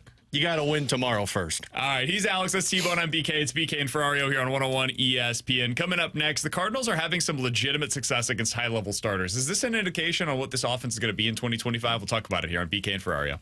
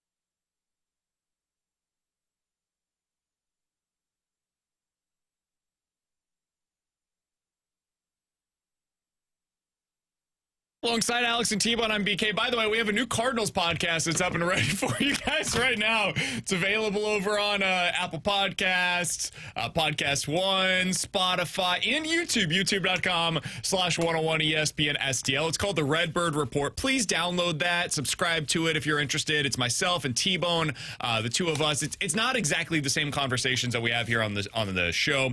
We try to mix it up a little bit over there. So if you want to check it out, it's typically like 30 to 45 minutes, just pure Cardinals content from start to finish. Check that out. The latest one was from Thursday, so it's a little predated to the weekend, but I think a lot of it still holds up pretty well. All right, Alex, I do want to talk a little bit about the Cardinals here. They're playing well against high-level pitchers. Not something we've been able to say about this team in like 7 years, I think. And a lot of this goes back to the preparation, right? They look comfortable when they're going to the plate against Paul Skeens, which is a strange thing because nobody looks comfortable against Paul Skeens. I thought they looked pretty solid yesterday against Zach Wheeler, who personally I view as, like, if I could start a team today and you're telling me for 2025 I can only have one pitcher, I'd probably go Skeens one. I think Zach Wheeler might be my second choice because the guy's just unbelievable and he's always available for 200 innings. He's just like the throwback of all throwbacks when it comes to a true ace. Skeens, Wheeler, and Lopez allowed 11 runs in 17 innings against the Cardinals. They have allowed 10 runs in the other 42 innings that they have started so far this season. Alex, what do you make of this? The success that the Cardinals are having against legit ace-level pitchers. I make that it's confidence from your younger players. Like the guys that we've been talking so much about, they don't look overwhelmed in those scenarios. And the problem in the past, it has felt like, is every time one of these guys that are supposed to be pivotal pieces of your roster and your future, they step into the batter's box and they look outworked, outmatched, and they looked unprepared. I don't feel that way right now. And I mean, think of the ones we're talking about. Jordan Walker, Victor Scott, Brendan Donovan, Mason Wynn, Alec Burleson. Like, to me, I think what you're seeing is you're seeing that transition into these younger guys that aren't afraid of the moment in front of them. Whether it's going up against Zach Wheeler or going up against Paul Skeens, they're putting together competitive at-bats. And I also have to give a lot of credit to Brant Brown. This hitting coach has these guys prepared for whatever matchup might be taking place. By the way, coming up in about 10 minutes, we're going to play a game of Can You Beat the Blues? We do need 3 contestants. You're going up against Robert Thomas today. And the winner is going to get a pair of tickets to see the Blues versus the Utah Hockey Club tomorrow. You also get a hockey puck signed by Robert Thomas. So big prize this week going up against Robert Thomas. 3 listeners, just text in I Can Beat the Blues to 314-399-9646. That is the Air Comfort Service text line. 3 of you will be going up against Robert Thomas today for Can You Beat the Blues? That's coming up in 10 minutes. T-Bone, what do you make of it? Does it give you any kind of a sign on what this offense is capable of? Is it about Brant Brown? Like, what do you make of their success against these ace-level starters? Yeah, I think it shows you what the offense is potentially capable of, which is it's going to keep the team in every game that they play. And the reason I say that is because it's not like they're doing significant damage on them. It's not like they're hitting a ton of home runs off of these guys, and I wouldn't expect that. But they're taking, I loved what Brant Brown said to, I believe it was KMOV a couple weeks ago, which is we're taking the fight to them. And I love that. It feels like they finally have a idea or an identity as to what they want to be when they step into that batter's box, and that is we're going to work the count on you. We're going to fight throughout these plate appearances, and though you might get us out, you're going to need to burn about 5 to 7 pitches to do so. And they seem to know what their strengths are now. I mean, we talked with Katie Wu earlier, and she was talking about Jordan Walker, and he's laying off stuff low in the zone. He's just saying, hey, if you're going to throw it down there, that's fine, and I'm just going to take it. If that means I take 3 strikes low in the zone, so be it, but I'm going to force you to come up to me. And I think you're seeing that 1 through 9 for the Cardinals. They've got an approach from Brant Brown who's helped them kind of game plan for these guys. And if they can hit with Paul Skeens, hang around with Paul Skeens, hang around with Zach Wheeler, Aaron Nola, these kind of guys, then imagine the damage they're going to do when they start to get some mistakes from guys that are in the lower portions of teams' rotation. So I think this shows you that they are going to be a decent offensive team this season. I think so as well. We got a text on the text line that I just totally disagree with. They say from the 618, it's always been this way. They play up to the competition, but then they struggle against guys that are making their debuts or just lower caliber guys in general. This has been happening for years. The second part of that is true. Totally, yeah. I think that is a thing that a lot of individual fan bases complain about with their team is, why can't you hit the junk throwing lefty, right? Well, the junk throwing lefty exists because a lot of guys can't hit him. It's just a weird thing, right? The Cardinals have not done this against these high level opponents. It's one of the things about the offense that is so maddening is that they can go up, and I know most people do not hit the great starters. That's why they're great starters, right? But the Cardinals never recently, at least over the last few years, hit those guys. So you'd see them go up against Zach Wheeler. It's like, yeah, I know what's happening here. Alex, what you did going into the weekend? Well, they're going up against Nola and Wheeler. They're losing at least 2 out of 3. Good luck on Saturday. Oh, Michaelis on the mound. You're getting swept. Like that was, and I don't blame anybody for this, that was probably the prevailing thought going into this past weekend among most Cardinals fans. This year feels different offensively. This year feels like, regardless of who the opposing pitcher is, you've got a chance in that day. And man, I have not felt that way in a long time. So I will give them all the credit in the world for finding a way to do this. It's also situational.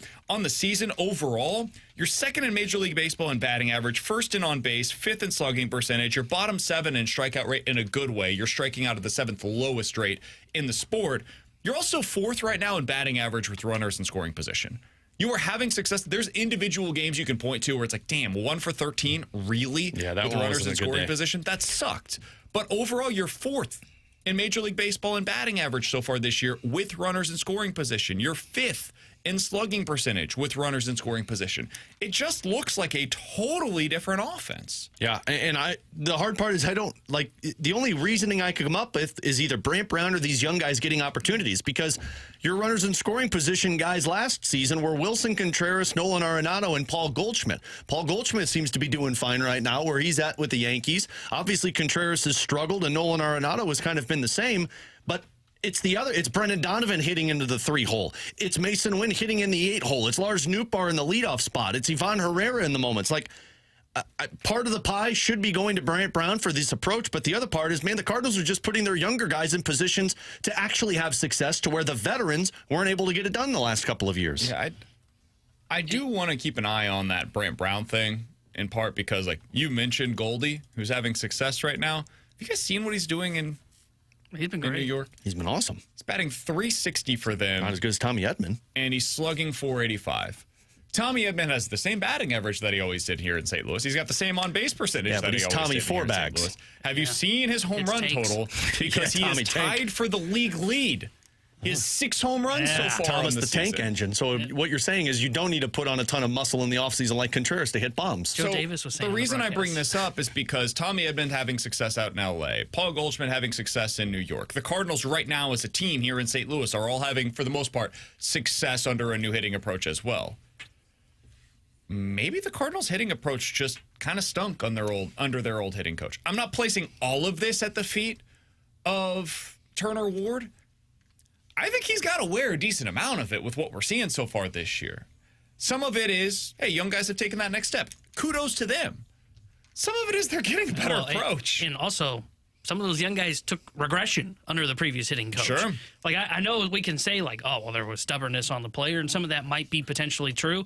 How can I explain that he came up, had success in 1 year, and then when he had a full offseason to work with the major league hitting coach, fell off of a cliff?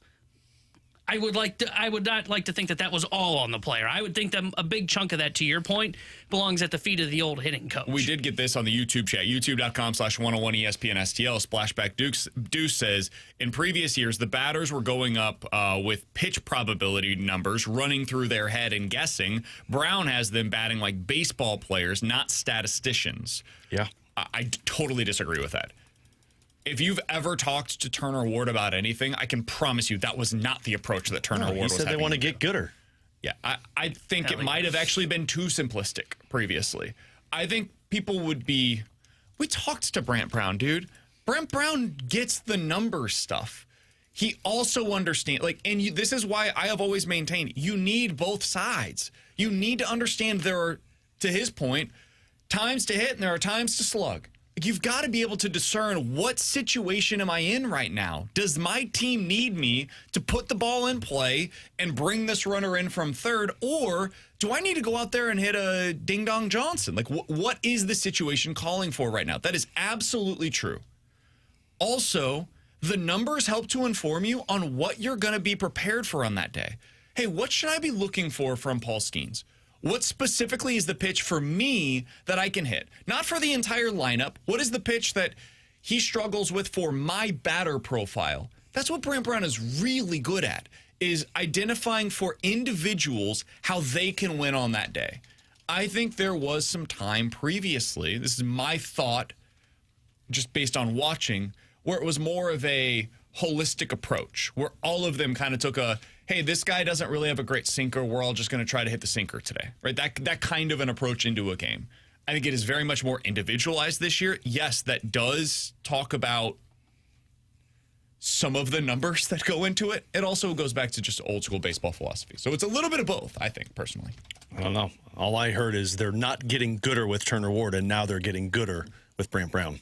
Yeah, Seems pretty simplistic to me. that's true. Walk to the plate, wait for your pitch, and swing. By the way, you know how good the offense has been? Did you guys know Arenado was on an 0 for 20 spurt before 2 hits against the Phillies? Oh, he's Legit. back. No freaking clue. I heard that question asked in the post game the other day, and I was like, oh, Nolan Arenado was 0 for 20? Yeah, exactly. That was my reaction. Way to go, Nolan. You can hide under the I'm radar not with gonna that lie, one. I thought Chip read the wrong crazy. stat. That is crazy. That never would have happened in previous years. No, we would have been all over Arenado. Yeah, because they weren't coming through with the runners in scoring position. But now, yes, he's still hitting in the 4-hole, but Well, you it's have other not even guys that just- are performing. It's not even just runners and scorers. Everybody's hitting now. Even Contreras got in on the act this past Well, weekend. he had the 48 hours off. It also, I do wonder if that maybe helped him mentally a Well, little he bit. worked with I the think hitting some of coach. it was a mental problem for him. I think he's going to be fine. Have you guys seen what Brendan Donovan is doing? Oh, He's been performing batting like an actually 3-hole 350, hitter. dude. Yeah, that's a 3-hole hitter right there. That's a you can put him whatever you want to hitter. T-Bone doesn't like it because he doesn't have the pop. Cleanup? He's Cool, not gonna hit go that all for it. year. He's slugging 515, 4 doubles, and 2 that's what homers I like. already this year. Yeah. Slug, It's baby, crazy. slug, baby. By the way, Lars Newbar not slugging again. Get rid of him. He's back down to 370 in his slugging percentage. trash. But he's getting on I base want 38% Tucker. of the time. He looks like Tyler? a prototypical Kyle. leadoff Oh. hitter right now. Oh, I do want Kyle Tucker's Tucker. awesome. Too bad the Cardinals won't fork over. He's been amazing. All right. He's Alex. That's T-Bone. I'm BK. Coming up in about 15 minutes or so, we'll finish off today's show with 20 minutes to rewind. But coming up next, This is why he's bad on clock management. Doesn't know what can time you it is. beat the Blues? We have 3 contestants. They will be going up against Robert Thomas today. It's a very simple game. We'll explain it to you, and the winner's going home with a pair of tickets to see the Blues in their regular season finale and a hockey puck signed by Robert Thomas. Can you beat the Blues next year on BK and Ferrario?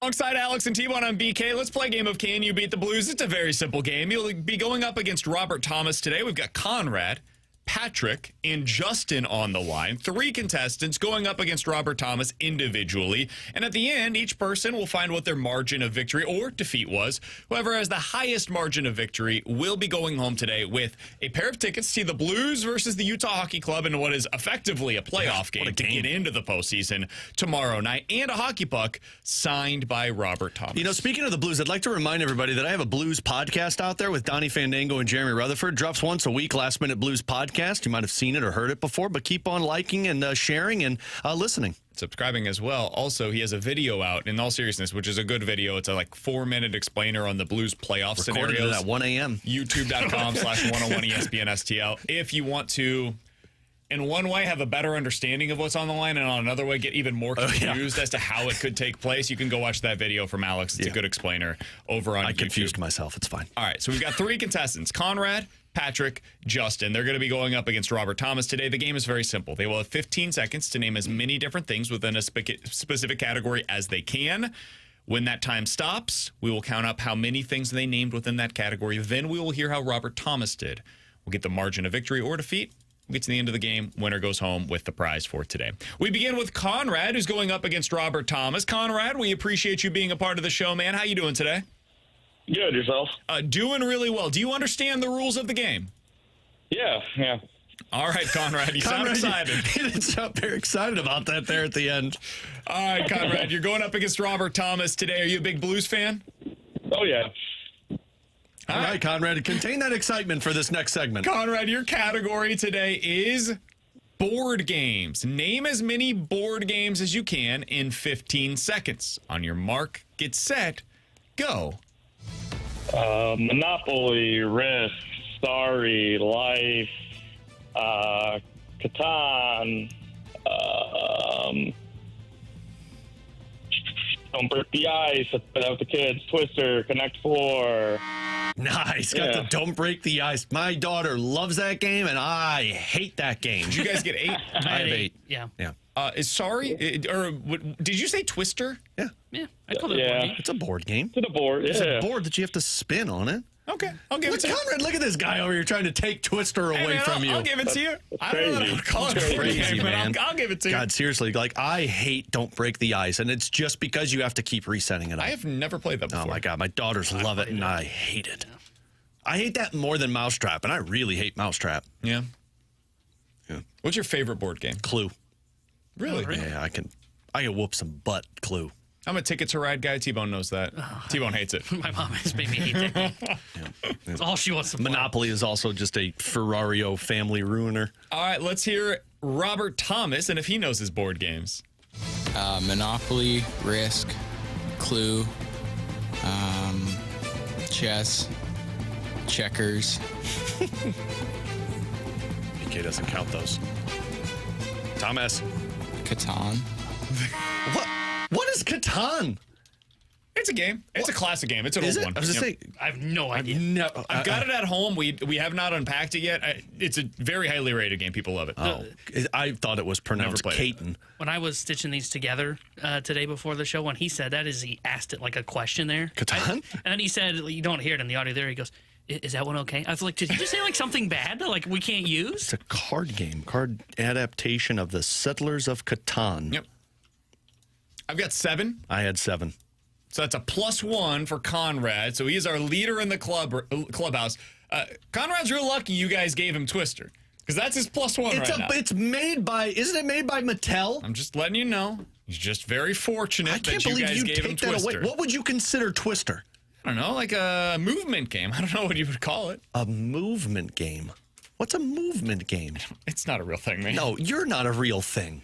Is Twister a board game? Google says yes, Twister is a board game. By the way, can I give you an official review here, Thomas, with 6, not 7. 6, okay. Oh. Conrad, you're really lucky he gave you Twister. Well, now Conrad's not so lucky. You got a +2. Way to go, Conrad. Let's go out to Patrick. Patrick's going up against Robert Thomas today. Patrick, you a big Blues fan? Yeah, let's go Blues, man. I love this season. Look at that excitement with Patrick. That's what I'm talking about, Patrick. All right, I don't Patrick. give you any points for that, though, Patrick. Do you understand the rules of the game, my friend? I do. All right, Patrick, you're going up against Robert Thomas, and your category today, collector's items. Name as many different things as you can that people would collect in 15 seconds. On your mark, get set, go. Baseball, pucks, footballs, jerseys, stamps, shoes,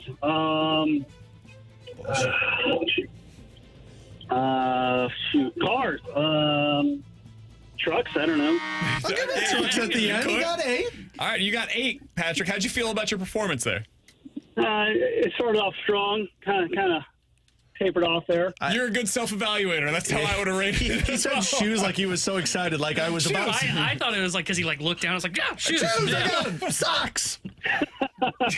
Thanks, Patrick. God, I love your enthusiasm today. Patrick will see how Robert Thomas does with his collector's items. Here he goes. Cards, stamps, coins, T-shirts, jerseys, hats, golf shirts. I've lost track of how many he was at. You had 3 more seconds. So there was a miss save there. What happened there, T-Bone? Also, To be honest, I have no idea. I swear I stitched it and how together. did you not know how much time? There's a literal clock on the audio when you play it over there. I know. I wasn't even counting because I was still taken aback by I the fact had that, to. oh, hey, here's Robert Thomas again. Right now. Cards, stamps, coins, T-shirts, jerseys, hats, golf shirts, ball markers, golf tees. I had 9. I got 9 What a as well. disaster, 9 for T-Bone. Thomas. All right. Well, Patrick, you started out hot. Unfortunately, you did not close the way Rory did yesterday during the Masters. You got a -1, which in this game is actually bad, not like golf. Now, Conrad got a +2. I think we should say that Robert Thomas cheated because he heard the category Yeah, twice sure. and had time to think. So technically, I can confirm because I just listened in my ear. This next one for Thomas has the bet under it. It's good. So what happened, man? I don't know. Brain fart. All right, Patrick, thanks for calling in, man. Yeah. Unfortunately, Still like your you did enthusiasm. not beat the Blues today. We've got Justin, our final contestant today, going up against Robert Thomas. Justin, how you doing, my man? I'm good. How are you guys doing today? I'm ready for Justin. some Blues tickets tomorrow night. That's what I'm Let's talking go! about, Have Justin. some confidence. Just in I'm time. bringing the energy today. Don't worry. I got you guys. I will tell you, Justin, the last guy that brought energy, it did not end well for him. The guy that All brought right. no energy to start things off, though, he did pretty great. So we'll see how this ends for you. All right. Justin, do you understand the rules of the game? I do. I got it. I'm ready. All right. Justin, your category today. Things that you would find in a grocery store. Name as many things as you can that you would find in a grocery store. On your mark, get set, go. All right. We're going peanut butter, jelly. We're going bread. We're going ham. We're going turkey. We're going salami. We're going cereal. We're going to go with milk, almond milk. We're going to go with cheese, American cheese, pepper jack cheese. We're going to go tomatoes, onions. Okay, I had him at 11. Crush that. Crush that, boys. Yes, you did, Justin. Yes, you did. I had him at 13, but I think my last one might have been He said it at the buzzer, yeah. So 12. T-Bone, what'd you have him with? Hey, if you guys are gonna give Twisters a board game, I get that at the buzzer. Okay. Whoa. Hold on a minute. You don't think Twister's a board game, Justin? No, that's definitely not a board game. If Okay, you have well, to you sit down and definitely do got stuff. 8 today on this game, so. All right. I'm with you, Justin. We're in full agreement there. Google disagrees with us, but we know who's right. All right, Justin got 12 for things that he would find in a grocery store. And I could feel myself walking through Schnucks, Dearborgs, whatever your favorite local you went grocery down is. the- We are available for sponsorships Yeah, here absolutely. and endorsements on BK and Ferrario. Big on groceries. I felt like he went down the cereal aisle, said cereal, and then turned and went the other way. And then he went back. Yeah, He, it's like, I got milk. I gotta get milk. And then suddenly we were in cheese. I get that. All right, let's hear Robert dairy? Thomas and if he knows his grocery stores. Fruits, vegetables, meat, eggs, chicken, sushi, pizza, sandwiches. I feel like Robert Thomas showed up with the same energy that Conrad had today. Maybe worse. Yeah, that was a tough one. All right, we have a winner. I had Robert Thomas with 8. Did I you did guys too. have him with the same? As well. I did too. That means Justin, congratulations. You brought the energy and you are going in to Blues versus Utah tomorrow night at Enterprise Center. And you're going home with a hockey puck signed by the one and only Robert Thomas. Now go Congratulations, man. Go. Now Love go it. educate Thank you, yourself. Twister's a board Thanks, game. boys. We'll bring home the win tomorrow night. That way, All Justin. right. I like it. All right, Justin. Enjoy yourself tomorrow. We'll get your information via the text line. Congratulations to Justin. He's going home with a pair of tickets to see the Blues and a hockey puck. He should signed know by Robert Thomas. not to side with you. Like, that's a terrible decision. It sure seems to have worked out pretty well for him. Terrible information as well. Twister is a board game. Congratulations. There is a board that has a spinner on it. You spin that to decide what takes place on the game. Isn't that the exact same thing as every other board game? No, I wouldn't consider that to be a board, but it's neither here nor there. We do have a little bit of an update from Blues practice. Want to get to that coming up in the next segment. Talk about how it could influence the lineup against Utah. That's coming up next year on BK and Ferrario.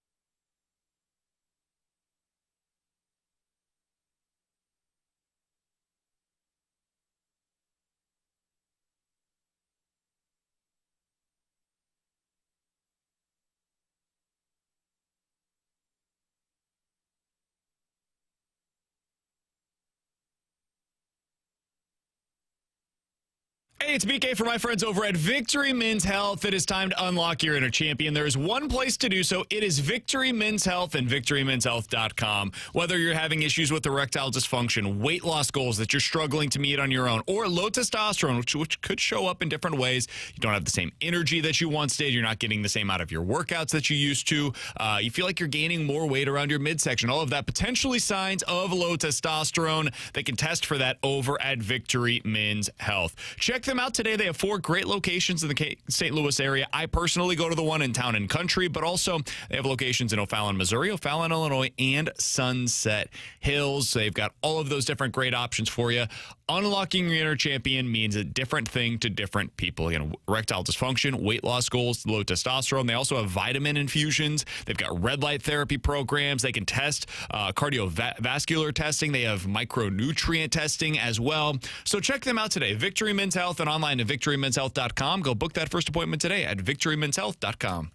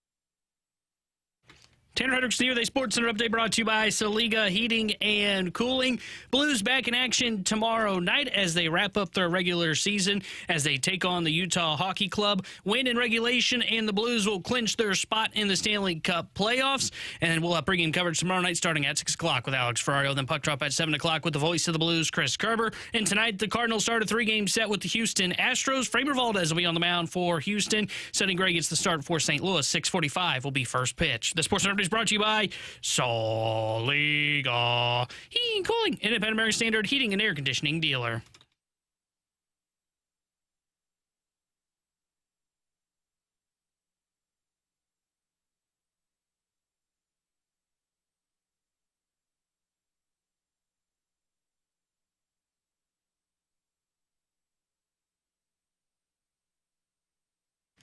All right, Alex, we do have another update from Blues practice alongside Alex and T-Bone on BK. It's BK and Ferrario here on 101 ESPN.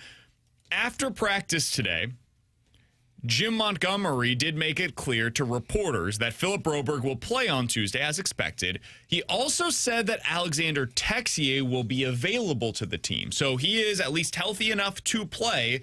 Earlier today at morning skate, it was Joseph on that third line with Sonny and Bolduc. Alex, does this change at all your expectation on who you think will be playing on that third line? A little bit. What I am hesitant about is he hasn't played a game since March 27th and hasn't been practicing with the team since prior to Dylan Holloway's injury, if I'm not mistaken, because once Holloway was injured, then we found out Texier was injured. So neither have been skating with the team since that injury against the Pittsburgh Penguins.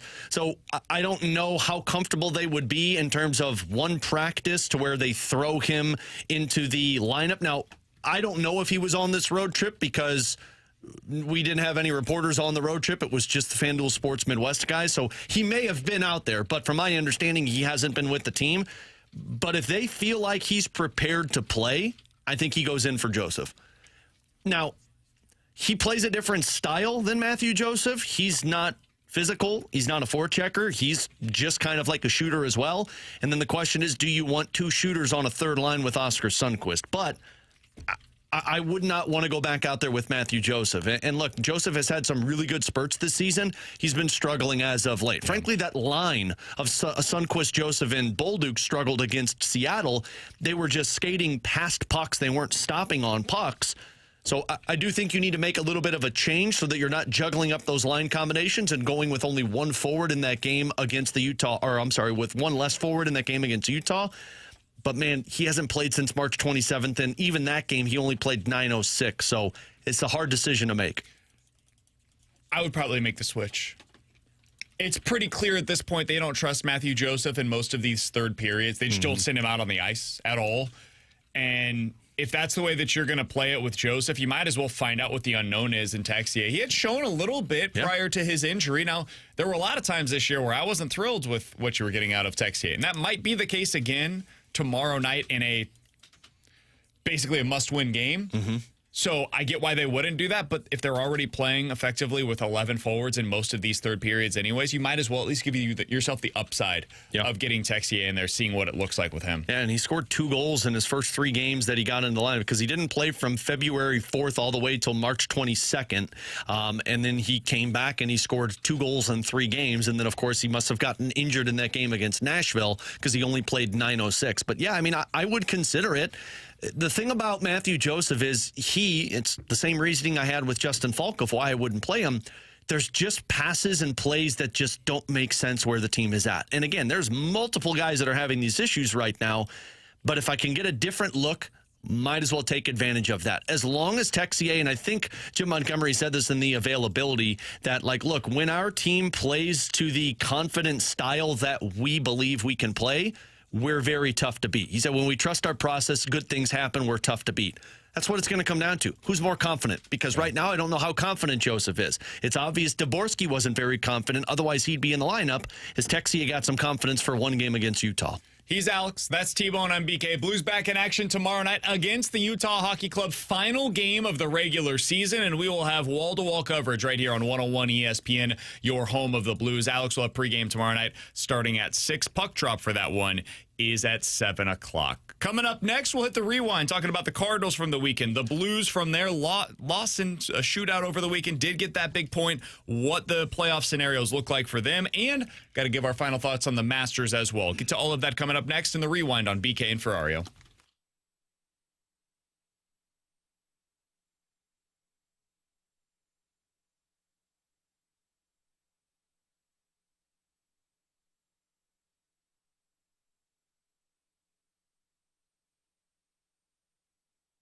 Darren over at Rhino Shield sent me the message over the weekend. He has another happy customer with a 5-star review. And listen to this from Rhino Shield's work. Nothing to compare, says Pat, with the results of Rhino Shield. At the very onset, Darren was extremely helpful with suggestions of complementary colors for trim and main color on the house. The paint crew were courteous, respectful, and absolute professionals. Prior to applying the Rhino Shield, they thoroughly power washed and carefully covered each area where the product was not to be applied to the house. And at the end of each day, they took the time to thoroughly clean up. Completed the work in 2 days. My house is the envy of the neighborhood. I am thrilled and so grateful to Darren and his team for the beautiful results. This is why you need Rhino Shield for the exterior of your home, because they're not using paint. They get rid of the paint that's on your home and put a ceramic coating that sticks 8 to 10 times thicker than any paint you're going to buy. It's all backed by a 25-year transferable warranty, so you know when you use Rhino Shield, you never have to worry about the exterior of your home again. So be like Pat. Make the right decision for your home. 877-25-RHINO, 877-25RHINO.com.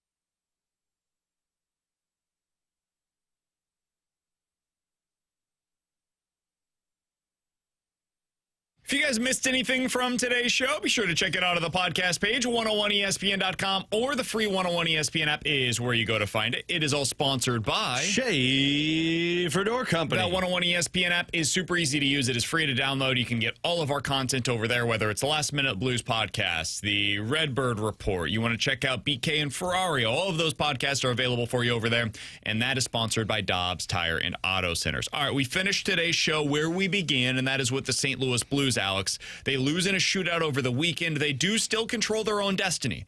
They can win in regulation tomorrow night against Utah, and they make it to the playoffs. Don't have to worry about anything else. Forget all of the scenarios. Just you win, and you are in. How are you feeling about the Blues' big picture, though, right now? Because regardless of what the result was on Saturday night, they're not playing great hockey to me. It's concerning, and I mean, Curbs is the one that told us this, and he's absolutely correct. Typically, when you see teams go on a lengthy winning streak, you're going to have a fall back down to earth. And I think just some of these structures and habits that made the Blues so good for the longest time, they're slipping, which makes sense. Fatigue comes into play with this. You played a lot of hockey and you won a lot of games.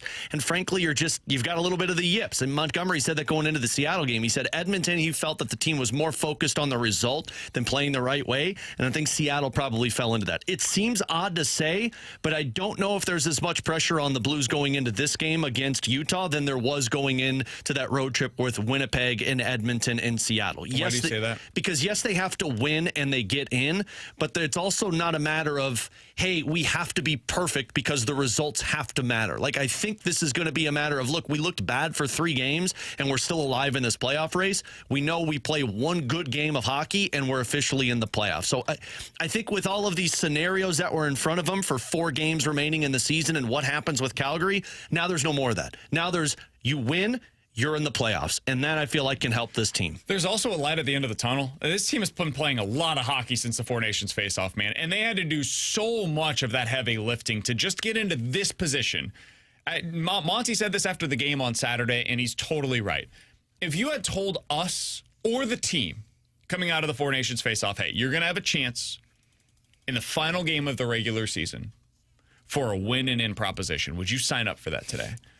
Every single one of us, the team included, would have been like, yes, hit the button, do it as quickly as humanly possible. Please do not change your mind. We would love to take that scenario. And that's what they're in. So, yes, they've played relatively poor hockey for a few games now. And really, even at the end of that, the final 3 games of that winning streak, they were not playing their best. You've seen them struggle in front of their own net. They're not getting the high danger chances on the other side of the ice. Just in general, they don't look like the same team that they were for the first 10 games or so of the winning streak. 1 game and in. Yep. And then you do Camp Monty again. And then we get into the playoffs and we see what that looks like. And I mean, look, like they have fallen back to earth, but think of the scenarios that have taken place.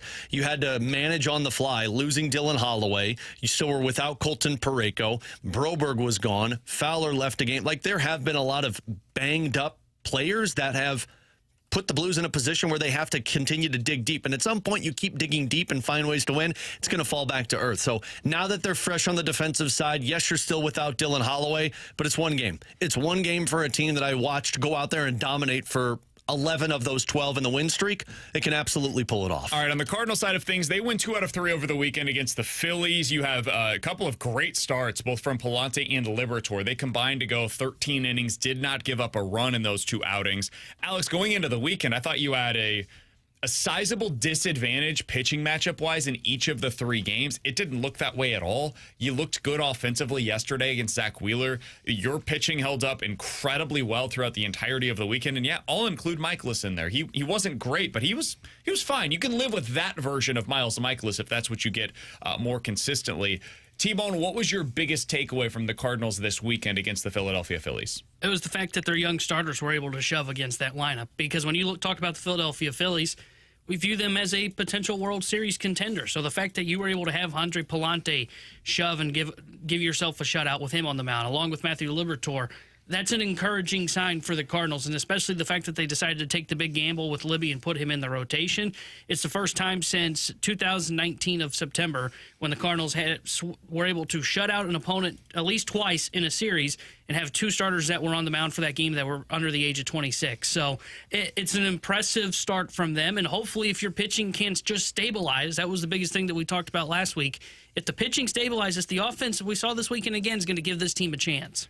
Tonight, they're back in action. It's another very difficult task. We've talked all about how much they've succeeded against these aces so far this year. Well, now you get Framber Valdez, who has not been his typical self at times so far this year. He did have a couple of some walk issues in a couple of games. He's not going as deep into games as he had previously, but I mean, he's still Framber Valdez. In 2 of his 3 starts, he's allowed exactly 0 runs. So he's been pretty damn good. It is an interesting it is an interesting matchup for Sonny Gray. It is a very right-handed heavy lineup in Houston, and they have not hit at all so far this season. They're one of the worst lineups so far in Major League Baseball. They're not producing. They're not getting on base. They're not doing much of anything. Typically, right-handed hitters are a pretty good matchup for Sonny Gray, so I would anticipate that he would have a good night, but we'll see. Who knows? Hard to predict baseball. Houston versus the Cardinals over the next 3 days. What do you guys think the Cardinals do in this series? Gray, Fetty, Palante is your 3 starters scheduled to start in this one. They've got Valdez, Brown, and Blanco. I was good pitching matchups here. I was thinking that the weather's a little weird today, so you might only get 4 out of them, but maybe you get the lead in front of those. I think you win 2 or 3. I think as long as you're in a series where you're avoiding Miles Michaelis, to me, it gives you a chance to win that series. That's what my hope is in this one. Yeah, my hope is they can win 2 or 3. And this is like, in each of these series lately, I feel like you've had a specific part of your team that will be tested. To me, it's the lineup again that's going to be tested in this series. I agree. Which is the one part out of all areas of this team that I'm not concerned about. Not right now. Which seems really odd to say. Hopefully, Wilson Contreras continues his stretch that we saw starting yesterday where he's been hitting the ball a little bit better. So fingers crossed that continues. With Alex and T-Bone, I'm BK. We will be back tomorrow at 11 a.m. The Fast Lane has you taken care of from 2 to 6 right here on 101 ESPN.